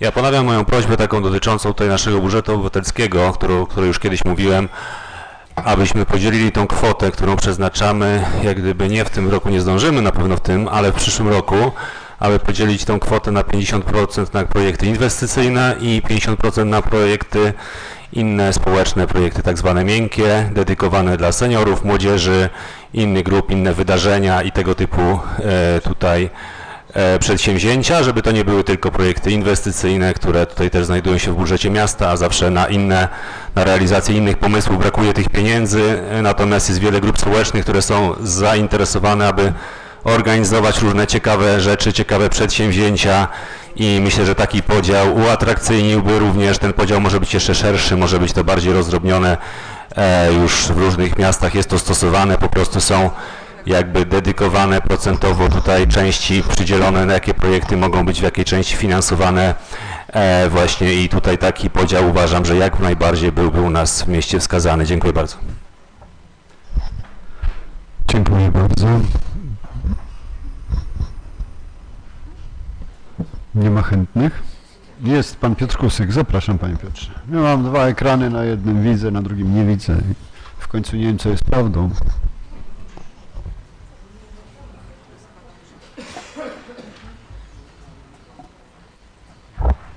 A ja tym razem z głosem przeciwnym uważam, że miasto Lubartów to biedne miasto niestety. Mamy duże zaległości inwestycyjne w podstawowych obszarach. Wydaje mi się, że powinniśmy zostawić to tak, jak jest. Jeśli już jest ten budżet obywatelski, to przeznaczajmy te pieniądze przede wszystkim na coś, co rzeczywiście widać. Gdybyśmy mieli wolne środki, nasz budżet był zdecydowanie luźniejszy, że tak powiem, to wtedy moglibyśmy sobie pozwolić na działalność, powiedzmy, rozrywkową. Natomiast uważam, że nas na to nie stać. Pan burmistrz, tak? Zapraszam. Panie Przewodniczący, Wysoka Rado, drodzy mieszkańcy, środowisko naszych mieszkańców w szczególności, myślę, że to powinno usłyszeć, bo 30 minut temu, może 35, była słowa, że proponujemy naszym mieszkańcom więcej partycypacji społecznej. Niech decydują o tym, niech chodzą na konsultacje, niech za chwilę, jesteśmy w tym czasie teraz, jest sytuacja, nie, dajmy spokój, nasze miasto jest takie, owakie, nie dawajmy szansy naszym mieszkańcom decydowania, czy chcieliby składać wnioski, projekty w ramach na przykład zielonego budżetu. Bardzo dobra inicjatywa, oczywiście, to jest propozycja pana radnego, trzeba ją omówić, zastanowić się nad formą. To też jest partycypacja, to tamta partycypacja jest dobra, a ta partycypacja mieszkańców jest zła. Bierzmy wszystkie tego typu inicjatywy jako głos naszych mieszkańców. Każdy oczywiście z Państwa radnych może ocennie określać sytuację, w której jesteśmy, nasze miasto, w jakiej jest. Nie zgadzam się oczywiście z panem radnym Kusykiem w sprawie oceny niedociągnięć, czy tam innego określenia kwestii związanej z z tymi słowami, co pan radny powiedział. Uważam, że jest lepiej niż było, a będzie jeszcze lepiej w tych kierunkach i robimy wszystko, co w naszej mocy, żeby tak było. Dziękuję bardzo. Dziękuję bardzo. Chciałbym Państwu zwrócić uwagę na jeden może niewygodny fakt, że realizacja i przeprowadzanie wszystkich działań związanych z budżetem obywatelskim reguluje jego regulamin. I pamiętajmy o treści tego regulaminu, więc wszelkiego rodzaju zmiany no, muszą być, albo się mieścić w tym regulaminie, albo musimy przed rozpoczęciem kolejnej edycji budżetu obywatelskiego ten regulamin zmienić. Pan Piotr Kusyk, zapraszam.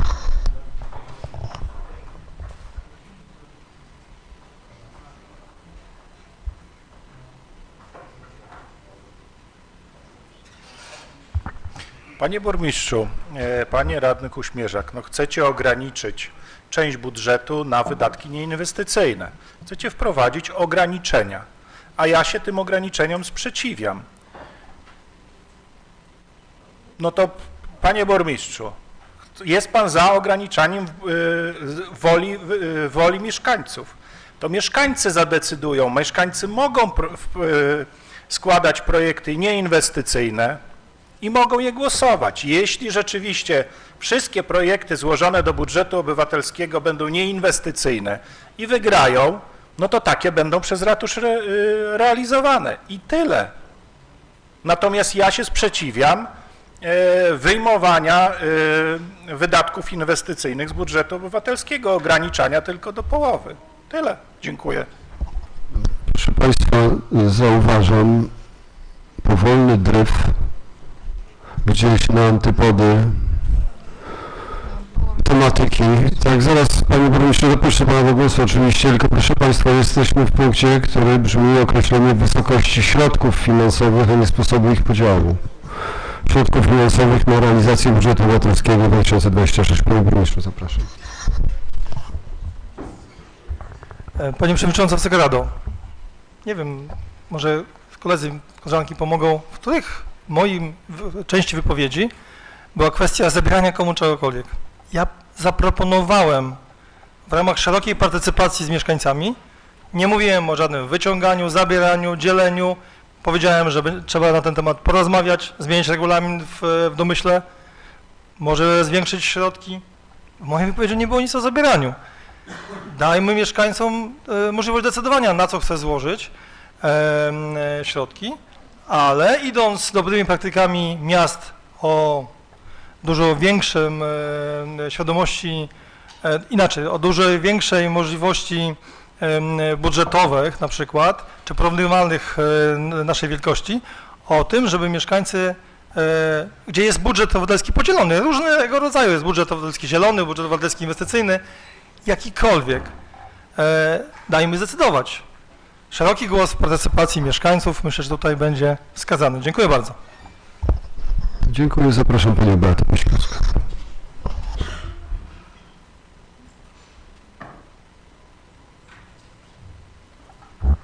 Nie planowałam zabrać w tym punkcie głosu, ale nie bardzo rozumiem logiczne połączenie tutaj pana burmistrza co do partycypacji w konsultacjach społecznych z tym, co mówimy tutaj, jeśli chodzi o budżet obywatelski. Jestem jak najbardziej za partycypacją, jestem jak najbardziej otwarta i myślę, że pan Piotr Kusyk też jest otwarty, żeby mieszkańcy decydowali. Natomiast moim zdaniem, podobnie jak zdaniem pana Piotra, gdyby doszło do takiej dyskusji czy zmiany regulaminu budżetu, ja też jestem za tym, żebyśmy otrzymali przewagę projektów inwestycyjnych i tyle. I to jest nasze zdanie, ale jeśli mieszkańcy podejmą inny temat i będą chcieli inaczej, będzie inaczej, więc absolutnie nie rozumiem połączenia, że ktoś z nas tutaj jest za jakimś ograniczeniem partycypacji. To jest zdanie mieszkańców, nasze zdanie, moje prywatne, ja nie mówię o zdaniu całego klubu, moje, ja też się zgadzam, ja chcę, żeby coś po tym budżecie obywatelskim zostało konkretnego, ale jeśli będzie inna decyzja, to jest inna decyzja. I naprawdę nie widzę sensu łączenia tego z partycypacją i z tym, jak chcemy zabiegać. Jak najbardziej jesteśmy za tym i tutaj nic nikomu nie ograniczamy, więc to też takie troszeczkę, no nie wiem, skąd takie logiczne połączenie tutaj panu wyszło? Dobrze, czy ktoś jeszcze z Państwa chciałby wypowiedzieć się na temat wysokości środków finansowych na realizację budżetu? Pan Artur na ten temat? Ja tylko bardzo krótko tutaj spuentuję. Chodzi o to, żeby uatrakcyjnić i aby tutaj młodzież i seniorów zaangażować do składania projektów, a oni są zniechęceni, bo wygrywają non-stop projekty inwestycyjne, oni są zniechęceni do udziału w tym, a widzę taką potrzebę po prostu i stąd ta propozycja, aby ten temat podjąć. Dziękuję. Dziękuję bardzo. Wracamy do tematu określenia wysokości środków finansowych. Zamykam dyskusję, ponieważ nie widzę chętnych do zabrania głosu. Proszę. Wynika z tego, że 800 tysięcy zaproponowane przez pana burmistrza zostaje, więc podam pod głosowanie. Proszę o przygotowanie głosowania.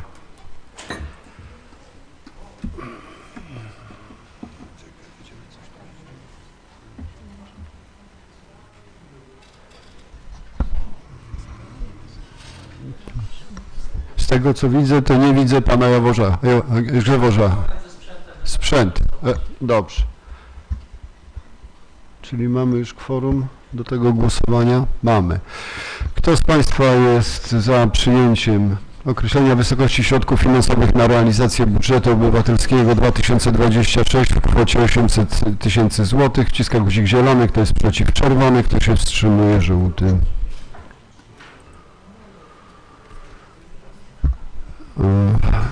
Wysokość została przyjęta 12 głosami za, przy 8 głosach wstrzymujących się i jednej osobie nieobecnej. Dziękuję bardzo.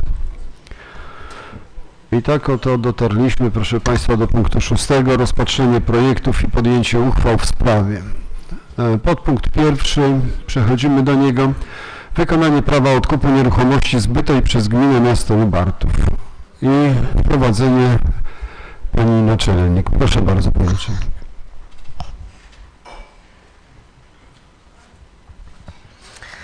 Szanowni Państwo, przedmiotem uchwały jest wykonanie prawa odkupu nieruchomości zbytej przez gminę miasto Lubartów.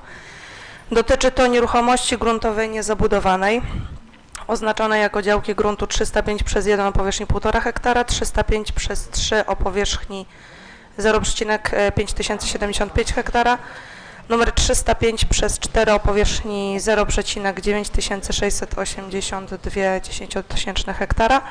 Nieruchomość położona jest w Lubartowie w obrębie 8 za fabryką i to jest przy ulicy Strefowej, jeżeli tutaj Państwo byliby zainteresowani.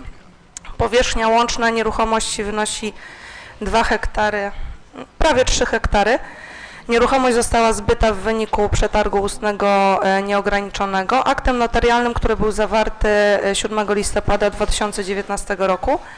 W umowie przeniesienia własności gmina miasto Lubartów zastrzegła prawo odkupu przedmiotowej nieruchomości w przypadku niewykonania przez nabywcę obowiązków określonych w akcie notarialnym oraz w warunkach przetargu. Nabywca był zobowiązany zagospodarować nieruchomość poprzez realizację inwestycji o wartości co najmniej 20 milionów oraz utworzenie 60 nowych miejsc pracy w terminie 5 lat od dnia zawarcia tego aktu. Termin na realizację upłynął 7 listopada 2024 roku. Zgodnie z artykułem 594 ust. 1 Kodeksu Cywilnego odkup następuje za zwrotem ceny i kosztów sprzedaży oraz za zwrotem nakładów. W związku z tym, że nabywca nie wykonał nałożonych na niego obowiązków, zasadnym jest wykonanie prawa odkupu przedmiotowej nieruchomości. Dziękuję bardzo. Dziękuję bardzo. Projekt uchwały był przedmiotem opiniowania Komisji Planowania Przestrzennego Budownictwa. Zapraszam pana przewodniczącego Kurala.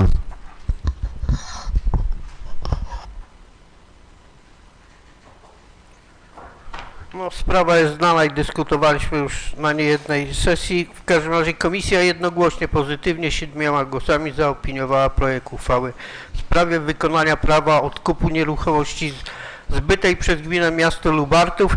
Ja tylko może dodam, że to chodzi o kwotę, miasto wtedy sprzedało działkę za 2 587 900 zł i te koszty dodatkowe, które poniosła firma, 11 000, czyli to jest o tej kwocie dyskutujemy. Dziękuję. Dziękuję bardzo. Otwieram dyskusję w tym punkcie. Pani Beata Pasikowska, zapraszam.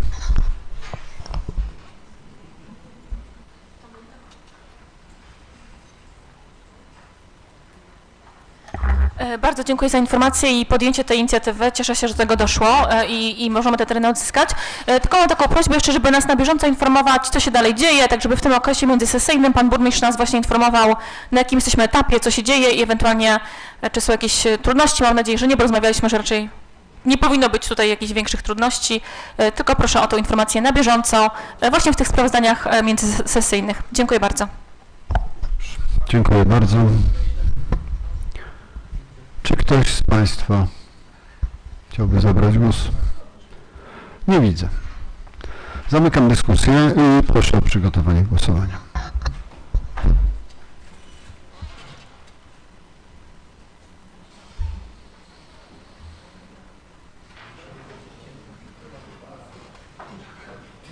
Pan Artur, kworum proszę potwierdzić.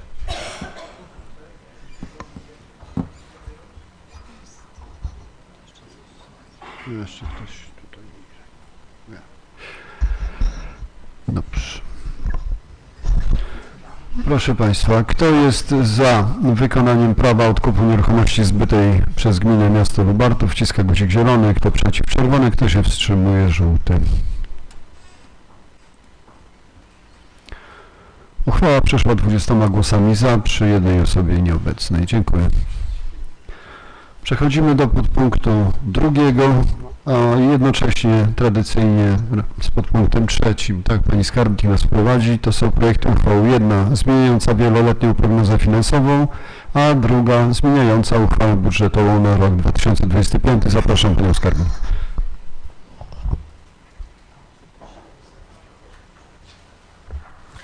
Szanowni Państwo, zaczniemy omawianie od wieloletniej prognozy finansowej i od załącznika numer 2, czyli wykaz przedsięwzięć, które będziemy zmieniać. I tak, proszę Państwa, w wierszu 1.1.1.1 mobilny Lubartów, budowa Park and Ride ze stacją ładowania pojazdów elektrycznych. W tym wierszu mamy przeznaczone środki w wysokości 100 000 złotych na wydatki bieżące związane z realizacją tego projektu i tutaj przenosimy, proszę Państwa, limit roku 2029 w wysokości 39 631 zł i 16 groszy, limit roku 2028 w wysokości 13 456 zł i 28 groszy oraz limit roku 2027 zmniejszamy do kwoty 1 000 zł, czyli przenosimy kwotę 12 456 zł 28 groszy. To jest łącznie, zabieramy z tych 3 lat kwotę 65 543 zł i 72 grosze i przenosimy do limitu roku 2026, przy czym limit wyniesie po tych zmianach 79 000 zł. Łączne nakłady, czyli łączna kwota wydatków bieżących na realizację tego zadania pozostaje niezmieniona, czyli nadal jest to kwota 100 000 zł. Jednocześnie skracamy okres realizacji zadania z dotychczasowego roku 2029 do roku 2027.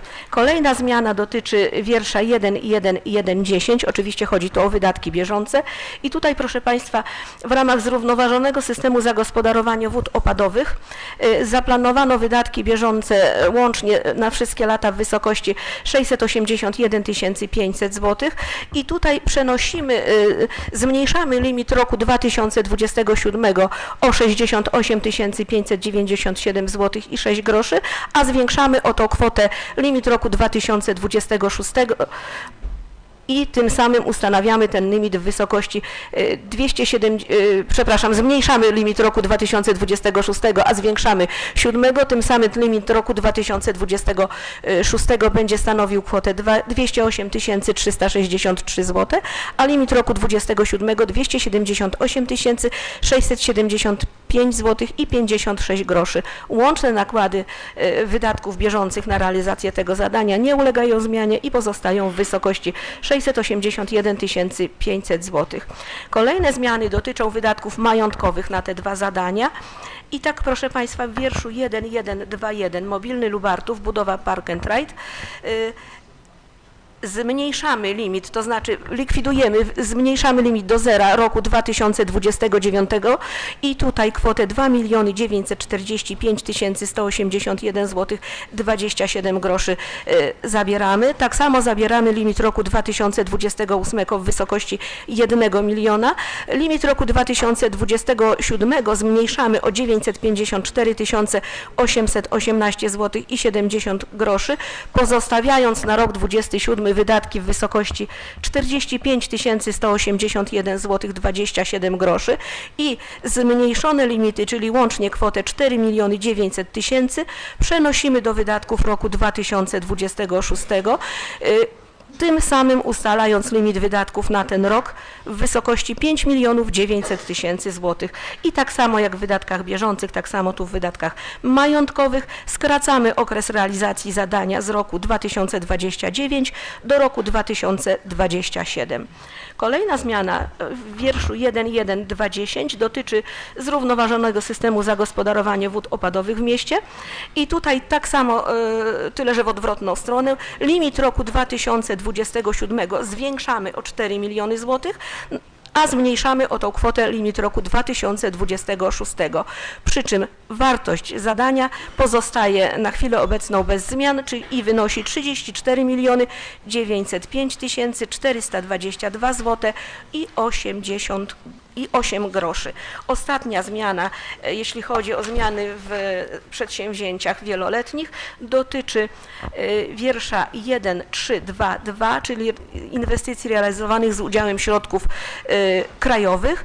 I tutaj, proszę Państwa, zmniejszamy limit i zmniejszamy go do zera w roku 2027 i kwotę 250 000 złotych, tak samo jak limit roku 2028 kwotę 1 000 000 złotych i limit roku 2029, czyli kwotę 3 350 000 przenosimy do realizacji w latach 2025-26 i jednocześnie zwiększając wydatki na realizację tego zadania z kwoty 4 600 000 do kwoty 6 milionów, czyli o 1 400 000, ustalając limit na rok 2025 w wysokości 2 800 000 złotych i limit roku 2026 w wysokości 3 200 000. Skracamy również okres realizacji tego zadania z roku 2029 do roku 2026. Tyle jeśli chodzi o zmiany w przedsięwzięciach w wieloletniej prognozie finansowej, natomiast w załączniku numer 1 w wierszu dotyczącym roku bieżącego, czyli 25, wpisujemy wartości wynikające z przedłożonego Państwu projektu uchwały zmieniającej budżet na rok 2025, natomiast w latach 26, 27, 28 i 9 dostosowujemy dochody i wydatki do zmian wprowadzonych w załączniku numer 2, czyli do zmian dotyczących wysokości wydatków w poszczególnych latach na przedsięwzięcia. Tyle jeśli chodzi o zmiany w wieloletniej prognozie finansowej, natomiast jeśli chodzi o zmiany w uchwale budżetowej na rok 2025, tutaj proszę Państwa zwiększamy przychody budżetu o kwotę 202 225 027 zł, zwiększamy dochody budżetu o 3 624 657 zł i 52 grosze, a wydatki zwiększamy o 3 826 882 zł i 79 groszy. Jest to kwota przychodów i dochodów łącznie. I proszę Państwa, zmian tych dokonujemy w następujący sposób. Zwiększamy dochody bieżące w dziale 801 Oświata i Wychowanie o kwotę 100 556 zł i 32 grosze, z czego 50 000 zł są to środki pozyskane z Wojewódzkiego Funduszu Ochrony Środowiska i Gospodarki Wodnej na realizację przez przedszkole numer 5 projekty Bądźmy Eko, a kwotę 50 556 zł i 32 grosze to środki pozyskane przez Szkołę Podstawową nr 3 z funduszy Unii Europejskiej na realizację projektu My i i wielokulturowość. Kolejna zmiana dotyczy wydatków rozdziału 801,95. Pozostała działalność w oświacie i tutaj zwiększamy wydatki o kwotę 308 341 zł i 59 groszy z przeznaczeniem na realizację przez przedszkole nr 5 projektu Bądźmy Eko i tutaj wpisujemy kwotę 55 600 zł, czyli kwotę 5600 zł jako udział własny przenosimy z rozdziału 801,04 przedszkola. Łącznie realizacja projektu będzie stanowiła kwotę 55 600 zł. Kolejna zmiana dotyczy realizacji przez szkołę podstawową nr 3 projektu My i wielokulturowość. Zadanie to zostało wpisane w załączniku nr 5 w części 3, pozycja 3. Tutaj przewidujemy wydatki na realizację tego zadania w wysokości 252 781 zł i 59 groszy i są to po stronie dochodów, dochody, o których mówiłam, w wysokości 50 556 zł i 32 grosze i przychody w wysokości też, o której mówiłam, 202 225 zł i 27 groszy. Tutaj nie ma udziału w środków własnych, zadanie to jest realizowane przez szkołę podstawową nr 3 i tak jak Państwo pytaliście na Komisji Budżetowej, środki te są przeznaczone na szkolenia kadry pedagogicznej. Ponadto w załączniku wydatkowym dokonujemy przeniesień w rozdziale 801,04 pomiędzy paragrafami, które nie mają wpływu na wysokość wydatków. Szanowni Państwo, tyle jeśli chodzi o dochody bieżące, natomiast jeśli chodzi o dochody i wydatki majątkowe, tutaj w dziale 600 transport i łączność, w rozdziale drogi publiczne i gminne zwiększamy dochody i wydatki o kwotę 724 101 zł i 20 groszy i są to środki pozyskane z Rządowego Funduszu Polski Ład, niewydatkowane w roku 2024, przeznaczone na realizację zadania budowa infrastruktury technicznej strefy gospodarczej miasta. To zadanie macie Państwo zwiększone i pokazane w załączniku nr 4. Kolejna zmiana dotyczy działu 926 kultura fizyczna i tutaj mówiłam przy omawianiu wieloletniej prognozy finansowej. W tym rozdziale wprowadzamy środki w wysokości 2 800 000 zł zarówno po stronie dochodów, jak i wydatków i kwota ta jest przeznaczona na realizację zadania pod nazwą budowa boiska wielofunkcyjnego wraz z zadaszeniem przy szkole podstawowej numer 3. Szanowni Państwo, po tych zmianach planowane dochody budżetu będą stanowiły kwotę 161 798 zł, 798 763 zł i 26 groszy, natomiast wydatki budżetu gminy będą stanowiły kwotę 166 697 102 zł i 5 groszy. Zwiększamy również kwotę planowanego deficytu do kwoty 4 898 zł 4 898 338 zł i 79 groszy, to jest o kwotę 202 225 zł i 27 groszy, ponieważ te środki wpłynęły jako zaliczka w roku poprzednim na rachunek budżetu i nie będą stanowiły dochodu, a przychody. Dlatego różnica pomiędzy dochodami a wydatkami będzie wynosiła właśnie tą kwotę. I to by było tyle, jeśli chodzi o zmiany w wieloletniej prognozie finansowej i w uchwale zmieniającej budżet na rok 2025. Dziękuję. Dziękuję bardzo. Oba projekty były przedmiotem opiniowania przez Komisję Budżetową. Zapraszam przewodniczącego komisji, pana Andrzeja Zielińskiego.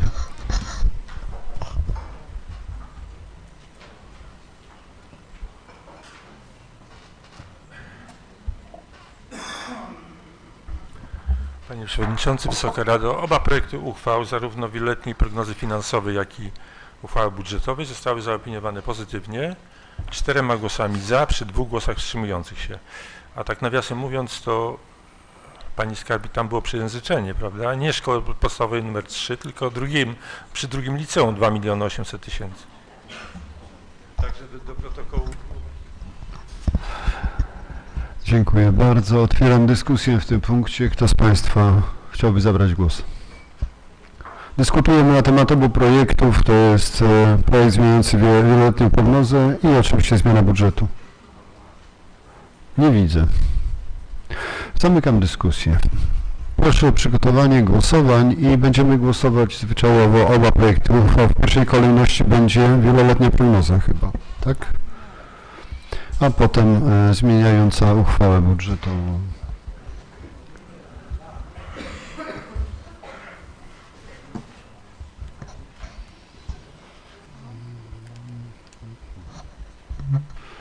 Jeszcze chwilkę, jeszcze momencik. Nie, bo się nie pojawia, kworum się nie pojawia, a zaraz się pojawi. Tak? Już? Tu coś nasze kworum tutaj siadło, czekajcie. O, jest, mamy, dobrze. Teraz dopiero będzie kworumowanie. Krysiu, dziubaj kworum. O, teraz poszło. Dobrze. Coś było, halo na łączach, nie zagadało. Dobrze. Jeszcze chyba jedna osoba nie potwierdziła kworum, a nie widzę tutaj kto zacznie. A, Marek. Nie, a. No to wraz, Marek. O, dobrze. Kto z Państwa jest za przyjęciem uchwały zmieniającej wieloletnią prognozę finansową, wciska guzik zielony, kto jest przeciw, czerwony, kto się wstrzymuje, żółty. Dobrze. Uchwała została przyjęta 11 głosami za, przy 8 głosach wstrzymujących się i 2 osobach nieobecnych. Dziękuję. Teraz przystąpimy do głosowania kolejnego projektu uchwały, tym razem uchwały zmieniającej uchwałę budżetową. Dobrze. Potwierdzenie kworum.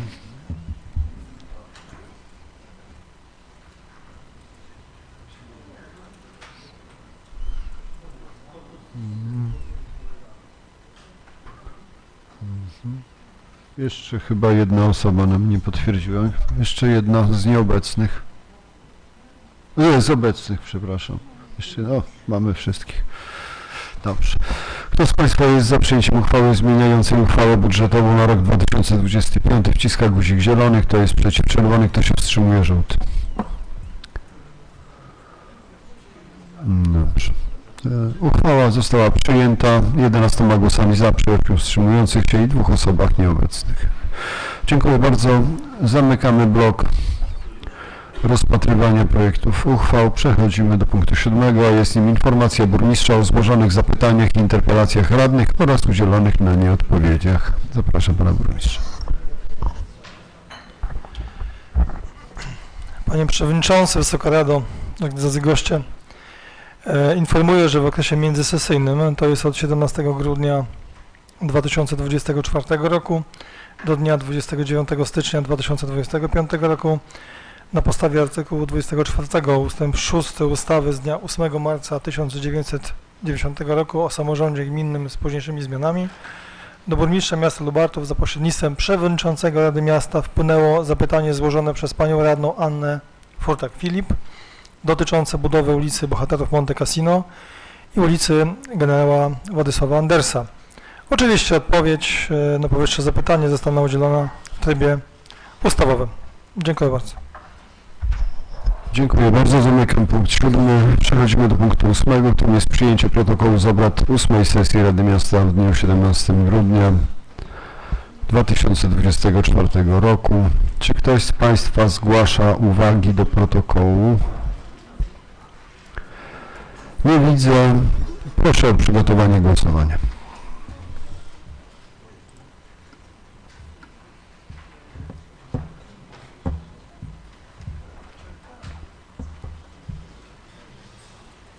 Krysiu, dziobnik foruma. O.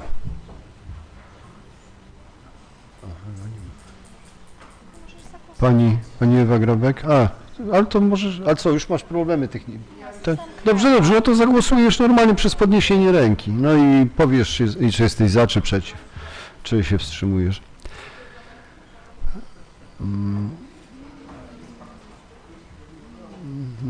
Dobrze. Kto z Państwa jest za przyjęciem protokołu z obrad 8 sesji Rady Miasta w dniu 17 grudnia 2024 roku? Wciska guzik zielony. Kto jest przeciw? Czerwony. Kto się wstrzymuje? Żółty. Proszę.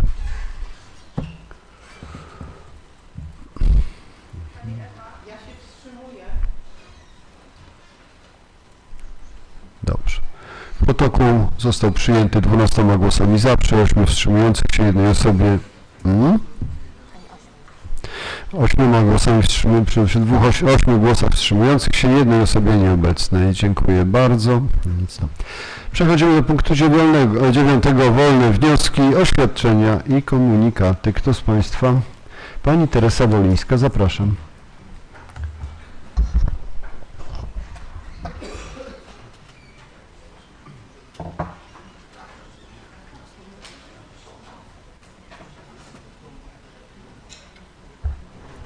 Szanowny Przewodniczący, Szanowna Rado, Szanowni Mieszkańcy, naprzeciwko Świętej Anny są tam pojemniki, 4 czy 5. Tam jest, to wszystko wygląda bardzo brzydko. Pełne pojemniki, przepełnione, całe święta były niesprzątane, butelki, nie potrafię powiedzieć, czyje to są pojemniki, czy gospodarki komunalnej, czy tych kupców. No to jakoś, i to oni powinni trzymać sobie w pomieszczeniach, bo tam stoją te pojemniki, to wygląda strasznie niefajnie.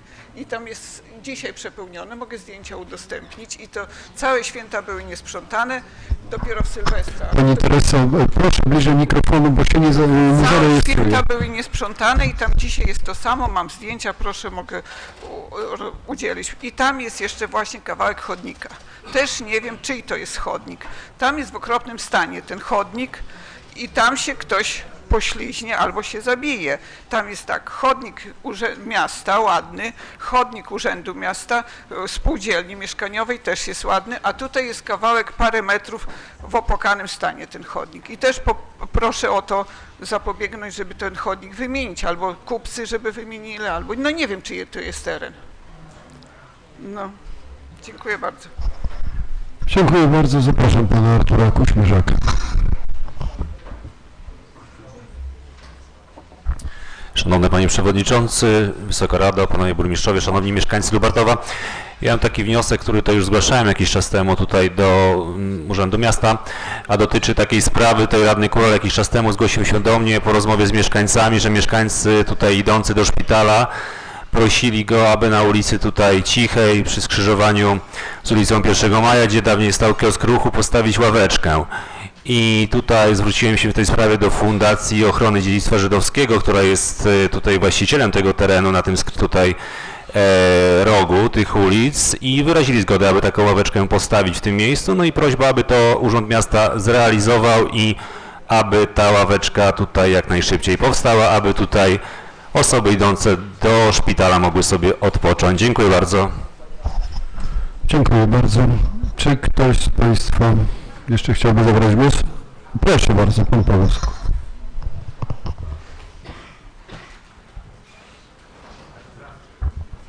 A ja bym chciał złożyć taki wniosek, żeby na przystankach miejskich, mamy przecież tutaj rozwiniętą miejską infrastrukturę, często gęsto spotykamy mieszkańców, którzy mówią, że korzystają, ale nawet nie mają gdzie usiąść, czy to nawet torebkę położyć, czy to pani z zakupami. Może by można było pomyśleć przy takich niektórych miejscach bardziej uczęszczanych, postawić takie ławeczki dla wszystkich osób, tak, żeby mogli sobie usiąść, odpocząć. Dziękuję. Dziękuję. Ale to w którym miejscu? Przecież stawialiśmy ławki 2 lata temu. No ale nic to. Autobusowe to na przystankach. Ach, rozumiem, tam gdzie tylko znak jest, a nie ma wiaty i nie ma niczego. Tak, no właśnie nie mogę was skojarzyć. Co to. Dobrze, ktoś z Państwa jeszcze chciałby zabrać głos w tym punkcie? Nie widzę. Nie wiem. Krzysztof się zerwał, myślałem, że idzie do mównicy. Dobrze, zamykam punkt 9, przechodzimy do punktu 10, zamknięcie obrad. Bardzo Państwu dziękuję za sprawne obrady. Dobrej nocy.